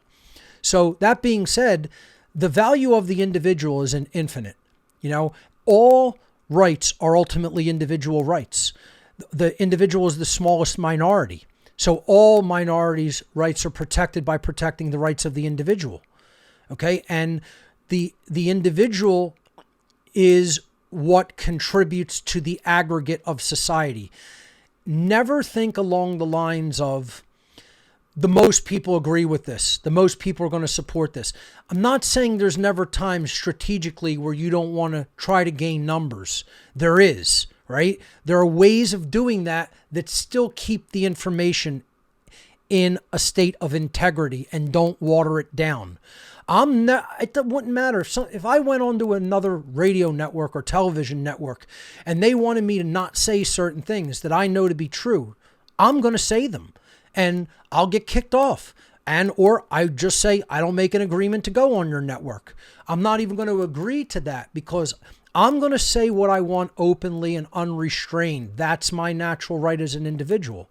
So you got to put the rights of the individual forefront, absolute top, because without that, then the individual starts kowtowing to the group dynamic, to the culture, and then the culture starts to believe more and more that it has the right to make inroads against the rights and curtail the rights of the individual, to infringe upon the individual rights. And then when it's doing that, it's actually infringing upon everyone's rights. So the individual has to be respected above all else, but you can't let what other people perceive as value color or affect what you're going to put out into the universe. Do it because you know it to be right.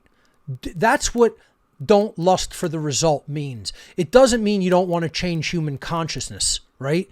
It means you don't want physical earthly reward. You don't need, obviously this requires some resources just to do. This equipment wasn't given to me for free, right? All the equipment, okay? The computer that I'm streaming this out on, right? It requires resources. Don't live for those resources. Live for the truth of the information, and the resources will come. See, that's the real law of attraction, right? Stop making it about what you want. That's lowercase w will in Thelema. Make it about what the world needs. Make it about what has to be put out into the universe. That's capital W in Thelema, in will. When you do that, the universe is going to respond dynamically to that act of stepping into the true will, and it's going to provide what you need. I can't make you believe that. It's impossible. When you live it, you will see that what I'm saying is true, but you have to step into that path and live it. When you do, then you will understand everything I just gave you as an answer to your question. Step into that slipstream, and the universe will provide. It will happen. But you have to, that's one of the only things you got to believe. You got to believe the universe is going to get your back when you're doing the right thing. If you're not doing the right thing, it's not going to have your back. That's why we're in the situation we're at as a species. We haven't been doing the right thing as a species. Do you think God's going to have our back as a species? No. It's going to withdraw that protection and support. Unfortunately, that's where we're at right now. If we turn it around, start really truly doing the right things, that protection and support is going to come back and be provided to us by creation. I don't ask you to believe it.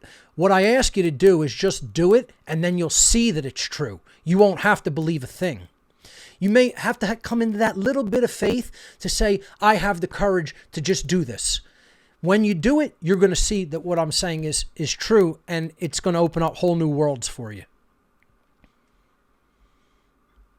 Fair enough. The second question I had, Sure. if you don't mind, is okay. How I feel like sometimes when I'm doing, for example, I would have I have quite a large following online. Okay. And I do the presentations where I try to, because if I start with, just natural law is going to push people away. I try to kind of steer that conversation into that and try to steer my audience into that conversation so they ask questions and I explain it.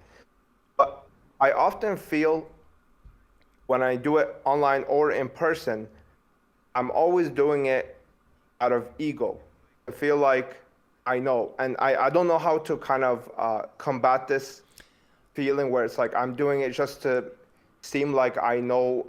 I don't know, like just to seem like I know. Let me briefly ask you a little bit about that. Now, why would you say that it's coming from a place of ego? Do you want to gain popularity, followers, money, or are you trying to teach people because you genuinely know from coming to a level of consciousness and understanding that is what's going to be required to change our world for the better, and that's what's going to lead to real freedom for everyone? What perspective would you say is true? So the main reason I started doing it is because I just, like, after I started listening to you, I kind of get like this rage inside of me about, and anytime I'm kind of oppressed, if that makes sense. Like, I don't know how to explain it. So I actually get angry. Like, when I'm forced to pay my taxes, it's not even about the money. I don't really care about the money. It's you're being enslaved. Right. Exactly. I just get really, so that's the main reason why I started doing it. Do you want that freedom only for yourself, or do you want everybody to enjoy that natural state of existence of living within your rights? Do you want to extend that sovereignty to all beings, or do you only selfishly want it for yourself? If you only selfishly want it for yourself, then yes, you're coming from a place of ego. If you want it for all beings, then I wouldn't really worry about, what you're doing this for. You'd be doing it for the right reasons. If you understand that all beings should be in that state of freedom, and that's your intent, then you're operating under the correct intent. Would you say that is your intent, or no? I don't want anybody to feel how I feel, and that's why I don't want anybody. I don't want any, like, it's not like I want to be free while everybody else is enslaved. No. I don't want that. I want then I would say everybody to have that, because I'd say your intentions. Because I would say, like, if I don't give them this, even if I didn't want them to have this and I didn't give them this, I'm gonna be enslaved by the universe. You know what I mean? Like, it's kind of like, you know that this is what you have to be doing, and you're doing it from, I think, from what you've described, a genuine perspective. I wouldn't second guess, your intent. I think you've explained your intent, and it's a genuine intent. It's not a harmful intent or a selfish intent. So I wouldn't spend time second guessing those intentions. I would just keep doing it. You know what I mean? I would just keep going, and putting that work out there, and everything else will come after that. So it sounds like there's just a little bit of self-doubt, and I would try to work toward expunging that. As long as you're doing the right thing, you could shed that self-doubt. You don't have to dwell there. Does that make sense? I guess I feel that I do. It does, but I feel like the reason I get self-doubt that I'm doing it for the wrong reasons is because I get so angry when I'm communicating face to face, like that the person is not understanding. Like, actually, I wanted to touch on this real quick. Your idea, when you said that we have to take the work online, is so true. Not only because we reach a vast amount of audience, but because we are able to control the room. That's right. If that makes sense. I agree. I don't have to deal with these obnoxious guys that just ask questions to be annoying. Just speak it. If you're able to control the room, right? Put it out one way and let the information fall upon the ears of understanding if they're there, and then they can have discussions on their own. That's why discussion forums, to me, don't really help that much. It's like, if you're teaching something interactively and people need to ask questions, that's one thing. But just opening up the floodgates for a bunch of spam, a bunch of nonsense, a bunch of things that have nothing to do with the actual topic being taught, a bunch of people who just want to hear themselves fucking taught and they contribute nothing to the discussion except distraction. It's just a bad idea. That's why I'm not big into big open forums. generally that attracts trolls who are they're actual agents who are there just to act as disruptors so that people don't have a clear understanding. They're there. Here's what they're there for. When other people have quieted the chatter of the mind and they've got it down and they're ready to learn, external chatter then comes in. And these are the agents trying to put noise over top of the signal. That's all they are. Don't play that game. A lot of people, see, they're not in it for individual learning. They want to make a fucking social club out of it. They want a social sphere of people. Who cares about the social? The truth is never going to come from a social circle. The truth comes from quieting the mind and listening to the voice of reason that is coming in from the universe, from any particular source. Great call. Thank you so much, Omar. Ladies and gentlemen, that is all the time that we have for this edition of What on Earth is Happening. We'll see you right here next Sunday with a new show. And remember, ladies and gentlemen, government is slavery. We'll see you right here next week.